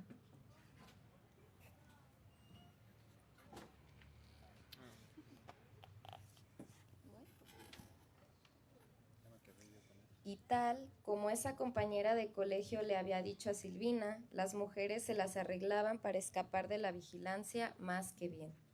Los campos seguían siendo enormes y no se podían revisar con satélite constantemente. Además, todo el mundo tiene un precio. Si podían ingresar al país toneladas de drogas, ¿cómo no iban a dejar pasar autos con más bidones de nafta de lo razonable? Eso era todo lo necesario, porque las ramas para las hogueras estaban ahí en cada lugar. Y el deseo las mujeres lo llevaban consigo. No se va a detener, había dicho la chica del subte en un programa de entrevistas por televisión.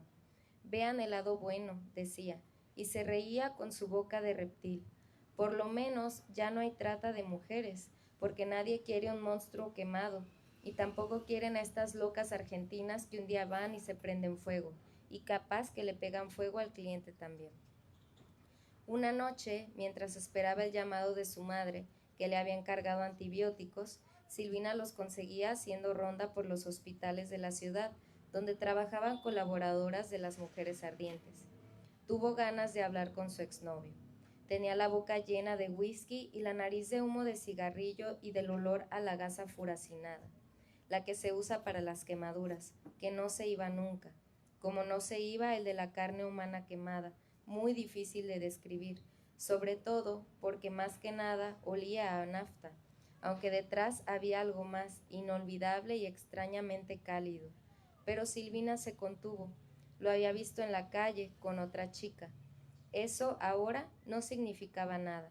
Muchas mujeres trataban de no estar solas en público para no ser molestadas por la policía. Todo era distinto desde las hogueras. Hacía apenas semanas, las primeras mujeres sobrevivientes habían empezado a mostrarse, a tomar colectivos, a comprar en el supermercado, a tomar taxis y subterráneos, a abrir cuentas de banco y disfrutar de un café en las veredas de los bares, con las horribles caras iluminadas por el sol de la tarde, con los dedos, a veces sin algunas falanges, sosteniendo la taza.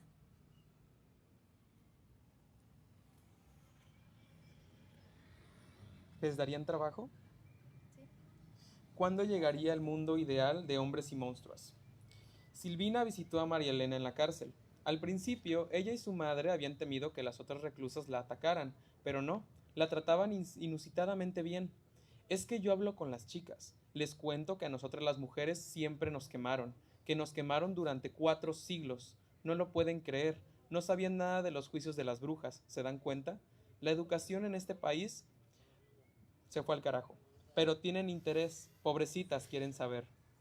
¿Qué quieren saber?, preguntó Silvina. Y quieren saber cuándo van a parar las hogueras. ¿Y cuándo van a parar? Ay, qué sé yo, hija.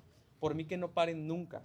La sala de visitas de la cárcel era un galpón con varias mesas y 3 sillas alrededor de cada una. Una para la presa, 2 para las visitas. María Elena hablaba en voz baja, no confiaba en las guardias. Algunas chicas dicen que van a parar cuando lleguen al número de la casa de brujas de la Inquisición. Eso es mucho, dijo Silvina. Depende, intervino su madre. Hay historiadores que hablan de cientos de miles, otros de 40,000. 40,000 es un montón, murmuró Silvina. En 4 siglos no es tanto, siguió su madre. Había poca gente en Europa hace 6 siglos, mamá. Silvina sentía que la furia le llenaba los ojos de lágrimas. María Elena abrió la boca y dijo algo más, pero Silvina no la escuchó. Y su madre siguió y las 2 mujeres conversaron en la luz enferma de la sala de visitas de la cárcel. Y Silvina solamente escuchó que ellas estaban demasiado viejas, que no sobrevivirían a una quema. La infección se las llevaba en un segundo. Pero Silvinita, cuando se decidiera Silvinita, sería una quemada hermosa, una verdadera flor de fuego. Es el fin como tal del cuento.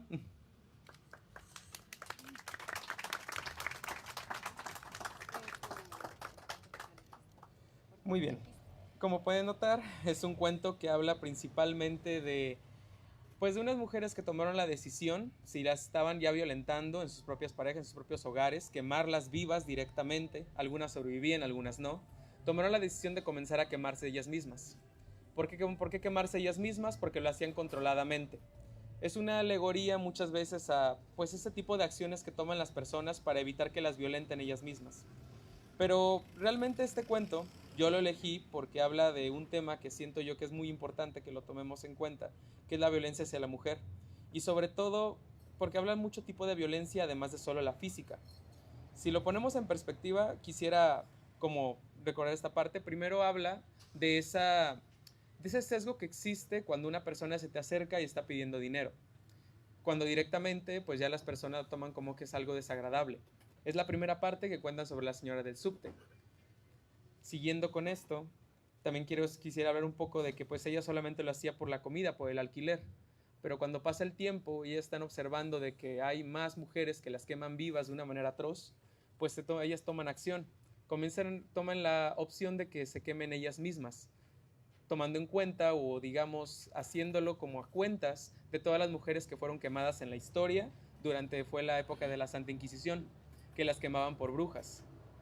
Por lo tanto, siento yo que es un cuento bastante interesante, pero pues también quiero que mis compañeros comenten qué les pareció la lectura, qué les parece esta autora, que creo que ya hemos leído un cuento antes, pero este es otro distinto. ¿Quieres comentar? Perdón. Yo quiero comentar algo.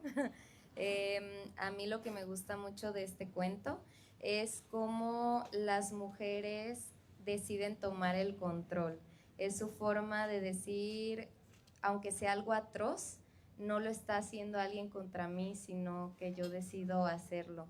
Y es el terror del cuento y el terror de Mariana Enríquez, un terror que vivimos todos los días, que viven muchísimas personas. Entonces, a mí lo que se me hace, lo que sobresale en este cuento es eso, la decisión de toma de control de las mujeres y quemarse ellas mismas, que se te hace algo ilógico y dices, ¿por qué? ¿Por qué harías algo así? Pero es su forma también de evitar que la sigan violentando. Hay un fragmento en el cuento que es muy claro y que me resonó, y es: cuando nos quemen, cuando quedemos feas, nadie más nos va a querer, nadie más se acercará a nosotros. Y esa es una forma de cuidado, de autocuidado para nosotras. Y es muy irónico porque se están quemando vivas. No puedo imaginar cómo se siente, porque cuando yo me quemo un dedo, justo el día de ayer me quemé con un cerillo, estaba prendiendo el boiler y curiosamente la cosita azul, el fósforo, se me quedó pegado en el dedo, entonces se me prendió fuego en el dedo y de pronto me quedó la partecita negra en el dedo. Me acordé de eso porque es un dolor horrible el quemarte. Y imagínense echarse, no sé, gasolina, alcohol, lo que sea, y quemarte durante, ¿qué? 20 segundos. No lo puedo imaginar, de verdad. Entonces, a mí eso me queda del cuento, la toma de control de las mujeres para evitar ser más lastimadas. ¿Alguien quiere comentar algo al respecto del cuento? ¿Qué les pareció? Francisco, te paso el micrófono. Perdón. Gracias. También pienso que la autora está haciendo una toma de protesta contra los estereotipos. Ya no vamos a hacer Barbies, no vamos a hacer un producto mercadológico que alguien nos esté promoviendo, no vamos a hacer Barbies, no vamos a hacer la mujer fitness, no vamos a hacer la modelo que presenta la ropa en la televisión o en la pasarela. No vamos a hacer más una mercancía, ¿sí? Siento que la autora está tomando una postura de protesta, una denuncia muy fuerte, y que ese cuento pues lo grita, ¿sí? Lo dice gritando, y lo dice gritando con un dolor muy profundo, un dolor de muy adentro.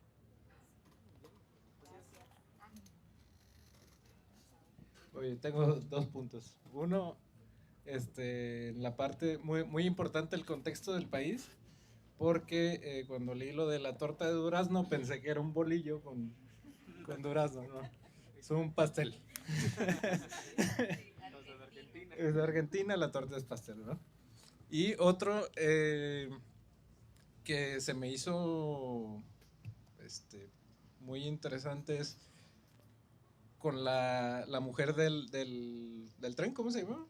No recuerdo, pero la chica del subte que estaba quemada, que pues había un prejuicio de la gente de que, ay, pues qué feo, ¿no?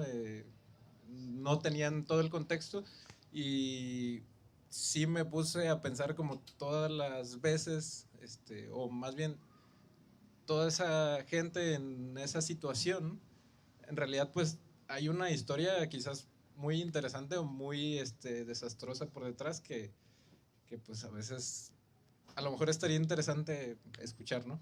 De ser posible. Sí, es decir, escuchar a la experiencia de las personas, ¿no? No Exacto. solo verlas y decir, ay, está feo. Exactamente. Gracias.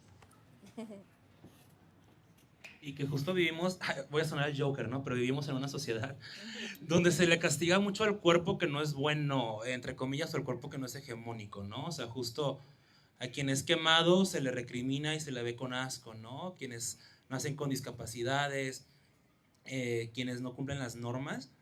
Entonces sí está muy duro, ¿no? Ver cómo en ese sistema económico nuestro cuerpo es la mayor moneda que tenemos y que es como nuestro filtro de decía, ¿cómo te van a tratar, no? Como te ven, te tratan, pero va más allá de la ropa que usas y todo, sino que nace desde el core de cómo ven tu cuerpo, ¿no? Y si tu cuerpo es consumible y si es como una moneda que ellos pueden consumir y si no la pueden consumir, pues la van a atacar porque no la quieren, ¿no? Les estorbas. Cuando un cuerpo no es de consumo sexual, estorba. Y por eso vemos que, no sé, en las noticias de que mataron a tal mujer trans y así, lleno de me diviertes, te metes a los comentarios y son puros, qué bueno, qué bueno, qué bueno que la maten. Y así pasa, ¿no? También cuando a una mujer no hegemónica es violada, los comentarios se llenan con, pues debería de agradecer, ¿no? Que alguien le hizo el favor. Y solo por el cuerpo, ¿no? O sea, qué duro que tu cuerpo hable por ti, que la gente con eso te pueda calificar y dar un valor, si es que se puede dar un valor en una escala humana, ¿no? Pero yo cerraría con eso, con que sí está muy duro como hemos normalizado que nuestro cuerpo sea nuestro gafet y como nuestra tarjeta de crédito en este mundo, pues cuando no, o sea, al final el cuerpo es una carcasa, es un arca que transporta un alma y ya, ¿no? Y el darle este poder económico, pues está muy duro, pero no sé si alguien más tenga algo más que decir. Sí, abonando a lo que dice Emanuel, justo el día de antier estaba platicando con César y César es muy de escuchar podcast, ¿no? Le gusta escuchar podcast cuando se está bañando, cuando está haciendo de comer, cuando está lavando los trastes y me platica que empezó a escuchar a unas chicas argentinas justo y ellas, su podcast se llama En Teoría y pues hablan sobre un tema, ¿no? Y ese día estaban platicando que hicieron como un estudio social de las calificaciones que recibían ciertas personas, por ejemplo, académicamente, ¿no? Estás en la universidad y haces un examen, ¿no? Y el maestro, viendo tu imagen, te puede dar más calificación. Pero bueno, lo que pasa es que, no, ¿saben qué? Mejor que lo diga César, porque él es el que escuchó el podcast, entonces él lo va a decir con más verosimilitud. Bueno, este estudio que se hizo igual con diferentes personas académicas, se les había entregado, se les había mandado por correo un ensayo con exactamente las mismas palabras, diferentes personas de diferentes universidades. Pero ¿qué es lo que pasa? A algunos ensayos se les envió con una foto, algunos sin foto y otros con fotos retocadas. Bueno, para sorpresa de no muchos, se dieron cuenta de que la mayoría de personas a las que les mandaron la foto calificaron tuvieron mejores calificaciones las personas que mandaban su ensayo con una foto con una persona guapa, con una persona hegemónica. De manera contraria, cuando no mandaban una foto que se mantenían neutrales, a cuando mandaban una foto que tenía una persona, digamos, una foto editada para que fuera menos hegemónica, menos bonita. ¿Y qué habla de esto? Pues que muchas veces, por desgracia, cuando una persona te califica por tu propia capacidad, por cómo te ve, pues termina tratándote distinto. Es muy común que puedan recibir o puedan tomar como una persona amable simplemente por verle una persona arreglada o muy guapa, cuando pues realmente, pues yo creo que todos hemos conocido a personas que no son tan agradables a pesar de que están bastante guapas. No, pero simplemente es como cierto sesgo. De hecho existen varias obras que también eximen esto de que qué pasaría si nosotros pudiéramos ver de manera del cuerpo como es el alma. ¿Cómo pensaríamos que seríamos nosotros o cómo serían las otras personas? ¿Seríamos más atractivos? ¿Seríamos menos atractivos? ¿Seríamos horrendos? Y pues plantea este tipo de problema. También un poco del cuento que quisiera como mencionar, se dieron cuenta que la primera mujer que menciona, la mujer del subte, estaba quemada, pero nadie le hacía caso. Para el Estado era nada, no daba tanta importancia, simplemente pedía dinero. No fue hasta que cuando ya comenzaron a ser cientos de mujeres que se estaban quemando, cuando apenas voltea a ver el problema. Nunca se preocupó por lo pronto de cómo lo hacían, por qué lo hacían. Simplemente, inclusive en una parte del texto menciona que la misma mujer en el hospital les dice, ¿saben qué? Pues mi marido me quemó cuando pudo hablar, y no le creyeron de principio. Primero le creyeron al esposo, inclusive su propio padre creyó que había sido problema suyo, que había sido un accidente de su propia hija. Entonces, pues habla mucho también de ese tipo de sesgo. Ok, yo quisiera hacer hincapié en el diálogo donde se menciona que al enterarse de este tipo de noticias, su primera reacción es ¿por qué está ocurriendo esto aquí? Siendo que esto se me hace de algo de la India o de Arabia, menciona. Y esto también creo que es una crítica a este concepto que muchas veces podemos llegar a tener sobre que este tipo de violencia siempre tiene lugar en aquellos lugares en Medio Oriente, ¿no? Digamos en Afganistán, en Arabia, todo este tipo de lugares en donde la violencia contra la mujer está muy institucionalizada, que es la palabra, pero muchas veces no nos ponemos a analizar de que ese tipo de cuestiones también ocurren aquí con la misma, bueno, tal vez no con la misma frecuencia, pero sí con la misma facilidad, vamos a decirlo así.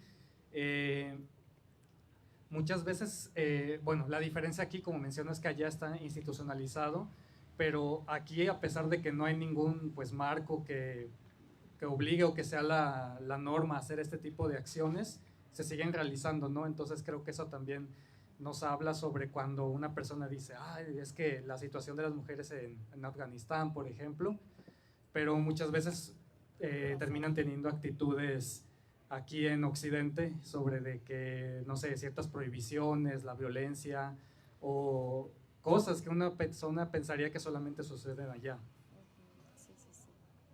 ¿Alguien más quisiera comentar algo o podemos dar como cerrado el club porque ya pasan de las 9 y creo que... ¿Sí? Francisco quiere compartir algo. ¿Y tú también? Y también después de eso tenemos otra participación de alguien del público y ahora sí bien. ya. Súper bien. Sí, de hecho, César y yo habíamos planeado leer dos cuentos. Yo no elegí cuento, yo elegí un poema, es muy cortito, entonces puedo cerrar con ese, pero no vamos a abrir tanto la conversación, ¿verdad? A propósito de las personas que están acostadas pidiendo limosna con un aspecto que nadie toma en cuenta, excepto para la repulsión, recuerdo un poema, no todo, solamente un fragmentito de un poema que escribió un compañero de la Facultad de Medicina, que estaba incluido en una plaqueta que se llamaba Una ciudad construyendo al hombre. Y este poema, no recuerdo el título, pero decía algo como esto: hay un hombre caído y nadie lo levanta. Todos voltean, miran y no hacen nada. Dice, yo también paso, miro, volteo y me voy a la chingada. Muy bien. Gracias por el aporte, señor Francisco. Y sí, refleja mucho nuestra realidad. También cómo las personas normalizan ver a gente en un estado muy vulnerable y pasarle de lado. Eso se me hace algo bastante cruel. Y creo que es responsabilidad de nosotros como sociedad voltear, no voltearnos, sino voltear hacia la persona, porque creo que lo mínimo que merece cualquier persona es un trato digno y ser visto, ¿no? Merece ser visto. ¿Quieren comentar algo más? Ok, creo que no sé si cerrar con el poema y pasar ya el micrófono al público. ¿Sí? Ok, me parece.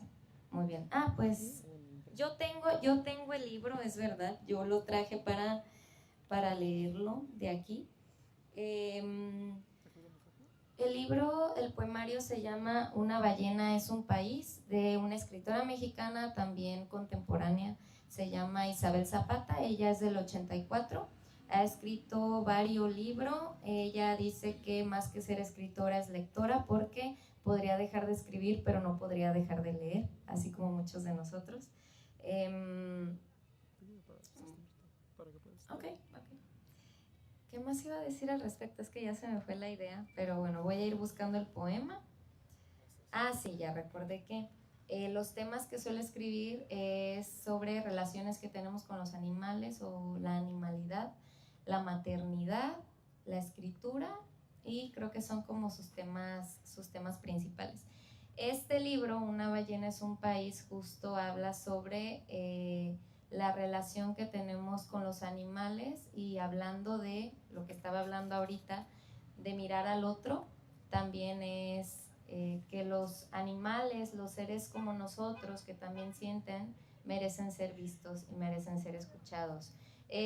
Yo creo que voy a leer el poema nada más yo porque está bastante cortito. ¿Ok? Este poema se llama Para Laika. Imagino que han escuchado sobre Laika, la perrita que fue enviada al espacio por la Unión Soviética en 1954, si no me equivoco. Isabel Zapata lo que hace es un homenaje a esta perrita, que justo también yo en homenaje a Laika, así le llamé a mi perrita rescatada. Siempre la tengo muy presente, entonces cuando yo leí este poema me llegó y me acompaña todos los días, siempre lo recuerdo, este poemita, y les recomiendo este libro, la verdad es un libro muy, muy bueno. Les voy a leer un poquito sobre el libro para contextualizar. En esta colección de poemas, Isabel Zapata avanza por el camino de lo que llamaré ética de la consideración, la capacidad de tomar en cuenta la experiencia del otro y actuar conforme a ella. Mientras que algunos apenas tanteamos ese terreno, David Foster Wallace escribió una crónica para considerar a las langostas y yo escribí hace tiempo una consideración de los manatíes. Isabel Zapata se ha sumergido en esa ética con todo un libro de consideraciones animales. Al comienzo nos recomienda sobre los huevos del tiburón, considera su violenta geometría, y en ese verso resuena el tigre que William Blake también consideró hace tiempo. En Una ballena es un país, Zapata considera cetáceos, felinos, rinocerontes, mascotas y bestias extintas. Veo en este libro de Zapata la semilla de un nuevo humanismo heterodoxo, un humanismo que, en el reconocimiento de nuestra condición animal, nos hermana con las bestias y vegetales que nuestra voracidad está arrasando. Y bueno, les voy a leer el poema que va así. Para Laika. Les dijimos a todos que habías muerto al séptimo día, sin sufrir, y hasta los periódicos daban noticias de tu buena salud. La verdad es que duraste apenas unas horas. No hubo tiempo de probar el sistema de enfriamiento y tu cabina simplemente se derritió. Entonces veíamos todo en términos distintos. Teníamos prisa por lanzarnos a lo desconocido a través de ti. Por eso insistimos en que habías mirado a través de la escotilla todo lo que a nosotros nos habría gustado ver. Nunca antes un sarcófago atravesó el espacio tan atrevidamente. Me hiciste falta desde que besé tu nariz fría antes de abrocharte el cinturón. Unos días antes de la misión, te llevé a casa a jugar con los niños. Corrías feliz de un lado a otro y ellos te daban salchichas, te ponían suéteres y bailaban haciendo círculos alrededor de ti, aullando como perros para divertirte. Por las noches, tu fantasma se acerca a mi cama y me lame la mano hasta que la pongo en su lomo. Entonces me doy cuenta de que te estás disolviendo por dentro. Veo el humo que sale de tu hocico, de tus orejas, de las cuencas de tus ojos que se van quedando vacías mientras intento alcanzar el vaso de agua del buró. Cuando tu pelo desaparece bajo mi mano, puedo sentir tu piel rugosa, como chamuscada, que luego se convierte en magma sobre la alfombra.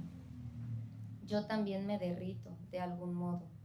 Tu nombre está en la placa a cosmonautas caídos en el monumento a los conquistadores del espacio, junto a Lenin, y nos inventamos historias en las que fuiste rescatada por extraterrestres.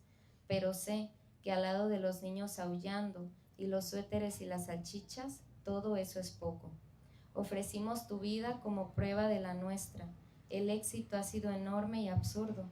Laica, Limón Chic, Risadita. Olvidé lo que aprendimos, pero no olvidaré tu nombre. Ese es el poema. Gracias. Bueno, es un poema cortito, pero yo lo elegí porque de verdad me parece muy, muy poderoso. Me parece que mira con otros ojos la relación que podemos tener con los animales que nos acompañan siempre, ¿no? Ya sea animales de compañía en nuestra casa, mascotas, animales que vemos por la calle, animales que son nuestros animales favoritos que tal vez no vemos con regularidad. Yo, por ejemplo, mi animal favorito es la ballena. Puede ser de alguien el tigre o incluso un animal extinto, ¿no? Pero bueno, para no alargar mucho la conversación, paso el micrófono al público. Si alguien tiene algo que comentar, hay unas compañeritas acá del club de lectura que están en el público. No sé si quieran decir algo al respecto o incluso alguien que quiera comentar sobre el poema, sobre el cuento que leímos, que también estuvo algo duro de leer y un poquito largo. Una disculpa por alargarnos tanto. Ok, gracias. A mí me gustó mucho el cuento y hasta me hizo llorar porque pues todos tenemos una mascota que perdimos y te toca el corazón y te toca el alma y entonces te acuerdas y es como de cuántas cosas no le pude haber escrito a esa mascota para mantenerlo en vida, ¿no? Y es como de simplemente escuchando te acuerdas y es como de ¿por qué hasta ahorita, no? Y nada más así, nada más era eso de... Muchas gracias. ¿Cómo te toca llamas? mucho? Emily. Emily, muchas gracias, Emily. Sí, la verdad, son cosas que nos tocan mucho y dices, si te tocan tanto porque a veces miramos hacia otro lado cuando se trata de ellos, ¿no? Y no solo hablo de los animales, hablamos de todos los seres vulnerables. Que ya tenemos que cerrar, oigan. Y yo, Yo quisiera hacer un comentario en general a la actividad. La actividad anterior con ustedes no estuve. Me da mucho gusto que esto esté formando parte de nuestra feria. En una ocasión en la rueda de prensa nos preguntaban, cuando anunciamos el programa, cuál era una de las actividades novedosas o qué es lo que traía el programa como nuevo en comparación con ediciones anteriores. Y creo que estas actividades son algo que podemos rescatar. El saber que existen grupos de lectura en donde, me imagino, no he preguntado, no sé si alguien lo preguntó, pero supongo que es algo abierto o que alguien puede incluirse de alguna manera. Lo han hecho ustedes, lo han hecho también algunos grupos de lectura que han estado aquí acompañando a los expositores, que son parte también, igual que Manuel, miembros del comité. Y bueno, esta parte a veces no nos damos cuenta que hay una oportunidad de compartir con los demás. Y estos temas que nos pueden hacer sentir miles de emociones, pues creo que compartidas son mejores y pues sin duda agradecerles por esta apertura y que nos compartan las actividades que ustedes hacen. Muchas gracias. Gracias a ti, la verdad, gracias a todos ustedes. Estamos contentos de que nos hayan recibido aquí. Y recordarles que sí, el club es abierto, es cada miércoles. Pueden mandar mensajito a Instagram, una cuenta que se llama libre.club, libre con V. Libre con V. Y pues ya, es a las 8 p.m. cada miércoles, así que les esperamos. Si no pueden acudir el primero o último miércoles del mes, les esperamos en línea también. Ahí nos ponemos a cotorrear y siempre leemos un cuento. Si no nos alcanza el tiempo, porque hablamos mucho sobre el libro mensual que estamos leyendo, pues dejamos la lectura para otro día, porque sí se pone largo el cotorreo a veces sobre el libro que estamos leyendo en el mes. De hecho, este mes justo estamos terminando Rebelión en la Granja de George Orwell, que yo creo que muchos han escuchado sobre este libro. Muy bueno, la verdad, yo no lo había leído. Pero bueno, eso es todo. Esperamos recibirles, con mucha alegría los recibiremos, de verdad. Gracias. Pues un aplauso, por favor, para este grupo de lectura libre y también para nuestro compañero Manuel Arias, que es quien como coordinador de esta feria, nos acercó a ustedes y la verdad le agradecemos esta oportunidad de haberlos conocido. Quiero aprovechar para pedirles aquí en el foro que nos pongamos de pie para una fotografía y posterior a eso nos vamos a bajar acá para tomarnos una con todos los demás. Una para que salga nuestro fondo. Súper bien, súper bien.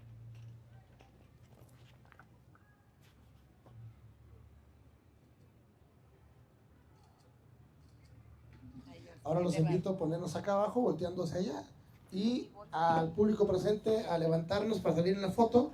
Y les recuerdo que tenemos una pequeña participación con nuestro amigo y conocido autleense Edgardo Román, que nos va a compartir una lectura también.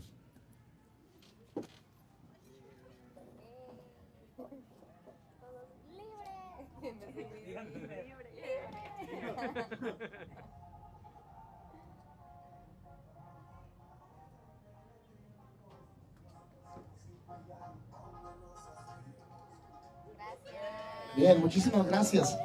Voy a llamar rápidamente a el señor Edgardo Román Herrera del Castillo, conocido aquí en nuestra comunidad, y que él de manera espontánea y voluntaria trae también un texto preparado para leernos. Adelante, por favor, con último número de esta noche. Sí, muchas gracias. Primeramente, felicitar a Emanuel. ¿Dónde está? Emanuel, felicitarte por tu... Sí, felicitarte por tu aportación y a todos los muchachos que tienen el Club de Oratoria. Eso da alegría, da mucho gusto, da mucha satisfacción saber que lo están haciendo.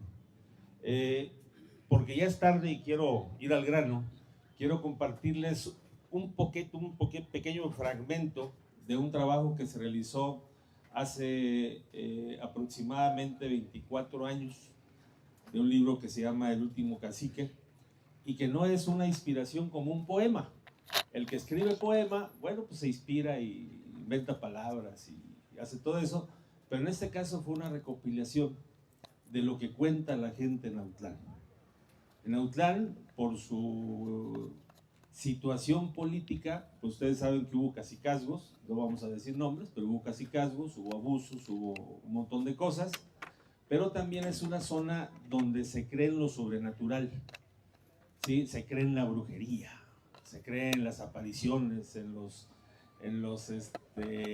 tesoros ocultos, y que aparece una flama tal o cual día, y que ahí abajo de esa flama pues está un tesoro, ¿no? Entonces, estas cosas son las que se comentan en Autlán. Hay un personaje llamado Antonio Latorre que hizo un libro, se llama El Brujo, habla sobre el cacicazgo. Entonces, pues de eso se trata. Es una lectura muy diferente a la que estamos acostumbrados. Es una lectura que cuando se presentó a la Secretaría de Cultura del Gobierno del Estado de Jalisco fue calificada por unanimidad por el Consejo Editorial. Todos dijeron, pasa la obra, y eso pues nos dio mucho gusto. Y más gusto nos dio porque en esta obra también participaron algunos personajes que ustedes conocen, como don Ernesto Medina Lima, que lo revisó, dio sus observaciones, don Gabriel Lima Velázquez, que fue presidente del 77 al 79, también lo revisó, dio sus aportaciones, incluso en la próxima legajo pues que va a aparecer, aparece un dibujo de don Gabriel Lima Velázquez. Me voy a ir concreto y espero no se ofenda a nadie, pero la lectura es lo que cuenta la gente en Autlán.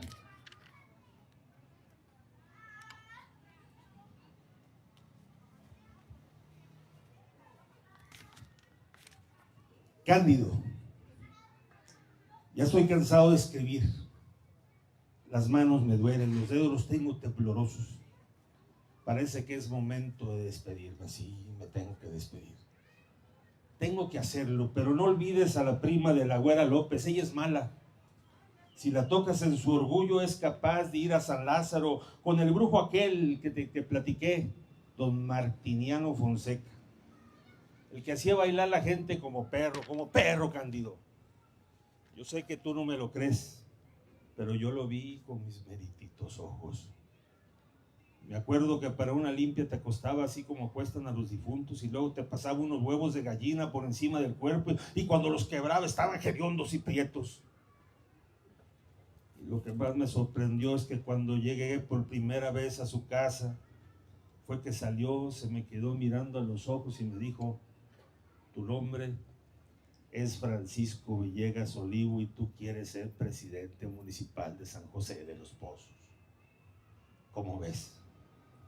Yo sé que tú no crees esto, Cándido, pero ya desde siempre hasta los más grandes reyes y gobernantes les hacían caso a los brujos. Y dicen que ellos tienen la facultad de ver el mal y prevenir las consecuencias. Yo sé que es muy difícil para ti, Cándido, pero es cierto. Don Martiniano Fonseca es de los brujos más cabrones. La segunda vez que fui a su casa le vi un libro que cuidaba mucho, recuerdo su nombre, se llamaba El Libro Rojo de Fray Cipriano.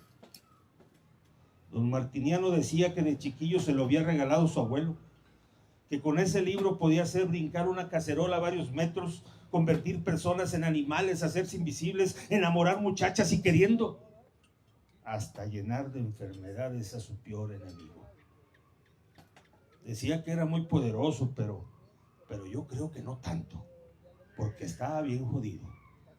Su casa era un cochinero, estaba llena de gatos, difícilmente barría el patio, no regaba las plantas y jamás, no se te olvide, jamás iba a misa. Segurito era ateo. La primera vez que oí hablar de la cabra infernal y de la gallina negra fue por boca de él. Después escuché eso mismo cuando la prima de la güera López hablaba con Zenón sobre un fulano de San Lázaro. Supe que se trataba de la misma persona.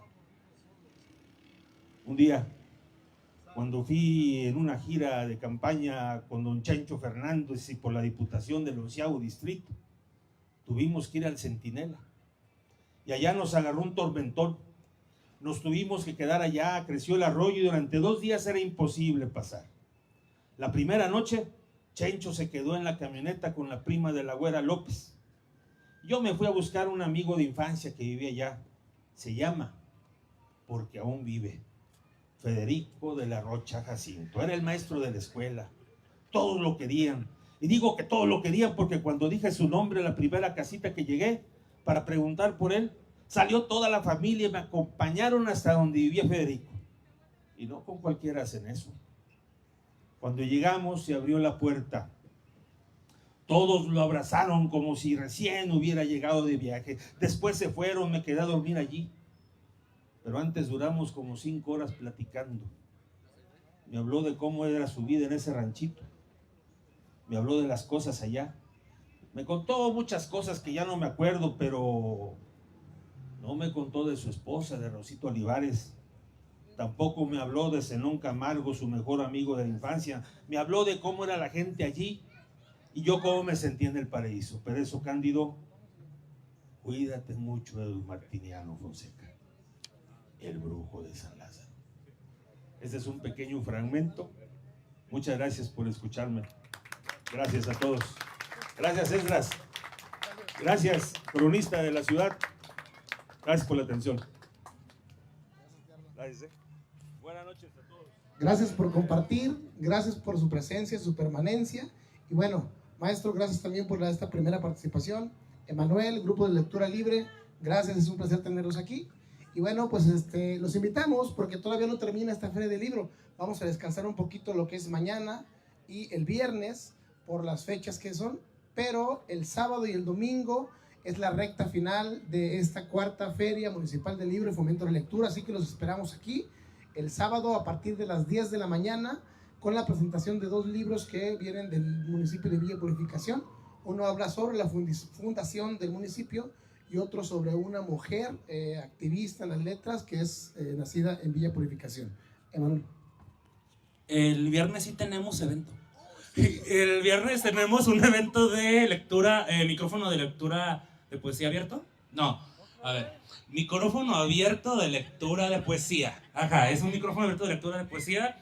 Viernes 8 de la noche, pueden traer escritos propios o poesía que les guste a ustedes, de cualquier tipo, desde sonetos hasta poesía experimental, pues se acepta.